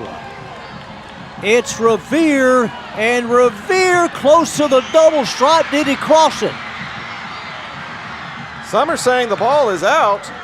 It's a touchdown! Revere punches it in, and we're about to tie this thing up. No, the offense is out there. They haven't called in special teams. Arlington's not going for the tie. They look like they're going for the win. Max Revere scores the Colt touchdown to make it 49-48. And sooner or later you would have to go for 2, and the Colts apparently going for 2 in the win. They want to go home with a win here. It'll be Kason Brown taking the direct snap. And Martin will call a timeout. Each team gets 1 timeout per overtime, and Coach Reeves uses it right there. He didn't come cross town for a tie. I don't blame him. Nope. There is 1 tie in this series back when ties were permitted at the high school level. But somebody is going home happy and somebody is going home sad. Everyone's still glued to their seats. The game is over 3 hours old. And how fitting, the last game of the year. Both teams out of the playoffs are playing as if a playoff spot were on the line, Zach. I said it earlier, it's like a playoff game because you go home after this. Welcome to everybody that was tuning in to the district championship. Thank you for joining us for this dramatic conclusion of Arlington versus Martin. The Warriors opened this overtime with a touchdown. Revere just punched it in from 2 yards out. Arlington is going for 2 and the win. Going for the deuce. It's back to Cravens in the backfield. Revere in motion. Cravens takes a snap. It's a quarterback draw, and Cravens fighting, and is denied. Martin wins it. Cravens ends up a half a yard short. Pandemonium as the student section rushes the field at Glaspie, and Arlington comes up a yard short. It was a design play, and credit to Martin defense as they stiffened up and denied the senior quarterback of a season-ending victory. A lot of extracurriculars on the sidelines. These two teams do not like each other.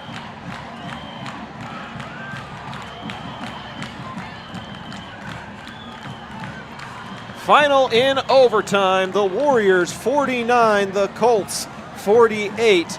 The designed quarterback draw unsuccessful, and Arlington unable to get the leverage at the goal line that Martin got on their overtime possession, John.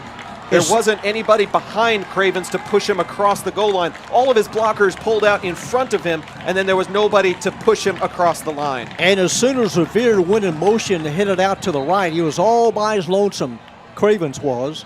Yep. And just outnumbered and was muscled back as they swarmed the field. Arlington will end the year at 6-4, 3-4 in district. Martin ends the year at 4-6, also 3-4 in district play. So Martin's now won 6 of the last 7 games in this series. That'll take us into the post-game show presented by John Wade Roofing. We'll keep it short and sweet, as you all saw the dramatis persona that took place before you here tonight. John Sr. played for Arlington High and was the team MVP in '76. He also played for TCU and UTA, earning all conference and conference champion honors. After a stint with the Houston Oilers, he started roofing in 1982 and never looked back. His legacy on the gridiron is now matched by the legacy that his company has built in the community for over 40 years. The next time you have roofing needs, gutters, painting, solar, or more, call the family that does more at 817-265-5520. That is the Prince Bowl trophy being hoisted. The inaugural edition goes the way of the Warriors. And, John, there are so many positive things to take away from this Arlington football season, but it has to sting finishing it literally 1 yard short. Yeah, you look back, Arlington had a 21-0 lead at halftime over the Lamar Vikings.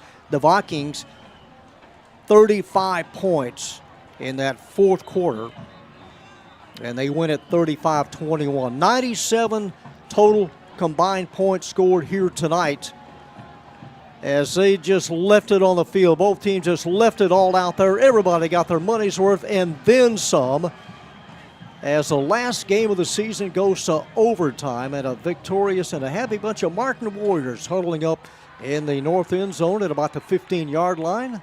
I think some pictures may be taken anytime you beat Arlington. Yeah, then the Colts would have done the same thing on the other side. This is their playoff game. This is their moment. And we see Arlington breaking the huddle here on the main camera. Cameraman Cameron Wilcox with some amazing shots here at Glaspie Field tonight. And John Nelson with a fantastic call and a fantastic ball game.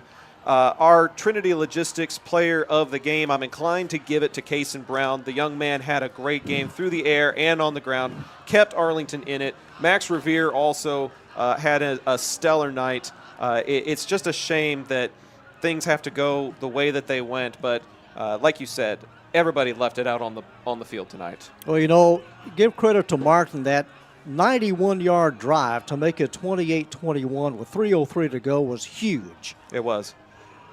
It was indeed. Speaking of huge, we've got a huge cleanup duty ahead of us, and we don't want to be the last people to leave Glaspie Field. But we do want to thank all of the Arlington faithful that tuned in regularly and consistently here on the Zap Network. We want to thank all of our sponsors that were with us through this inaugural season, providing video for the entire year. This is the final video broadcast that we'll be doing. Due to UIL rules, we have to go to a radio style for the postseason, but we will be covering those district champion Bowie Volunteers right here next week on YouTube. But that is going to do it for us as Arlington's season concludes with a 6-4 overall record. Final in overtime, Martin 49, Arlington 48. For all of us at the Zap Network, I thank you so much for supporting local businesses and local broadcasts by tuning in tonight. For Cameron Wilcox up top, for John Nelson to my right, I'm Zach Arnold, thanking you for tuning in, and we'll see you all next week for the Volunteers and their playoff game. Until then, we hope you have a great night and have a great weekend.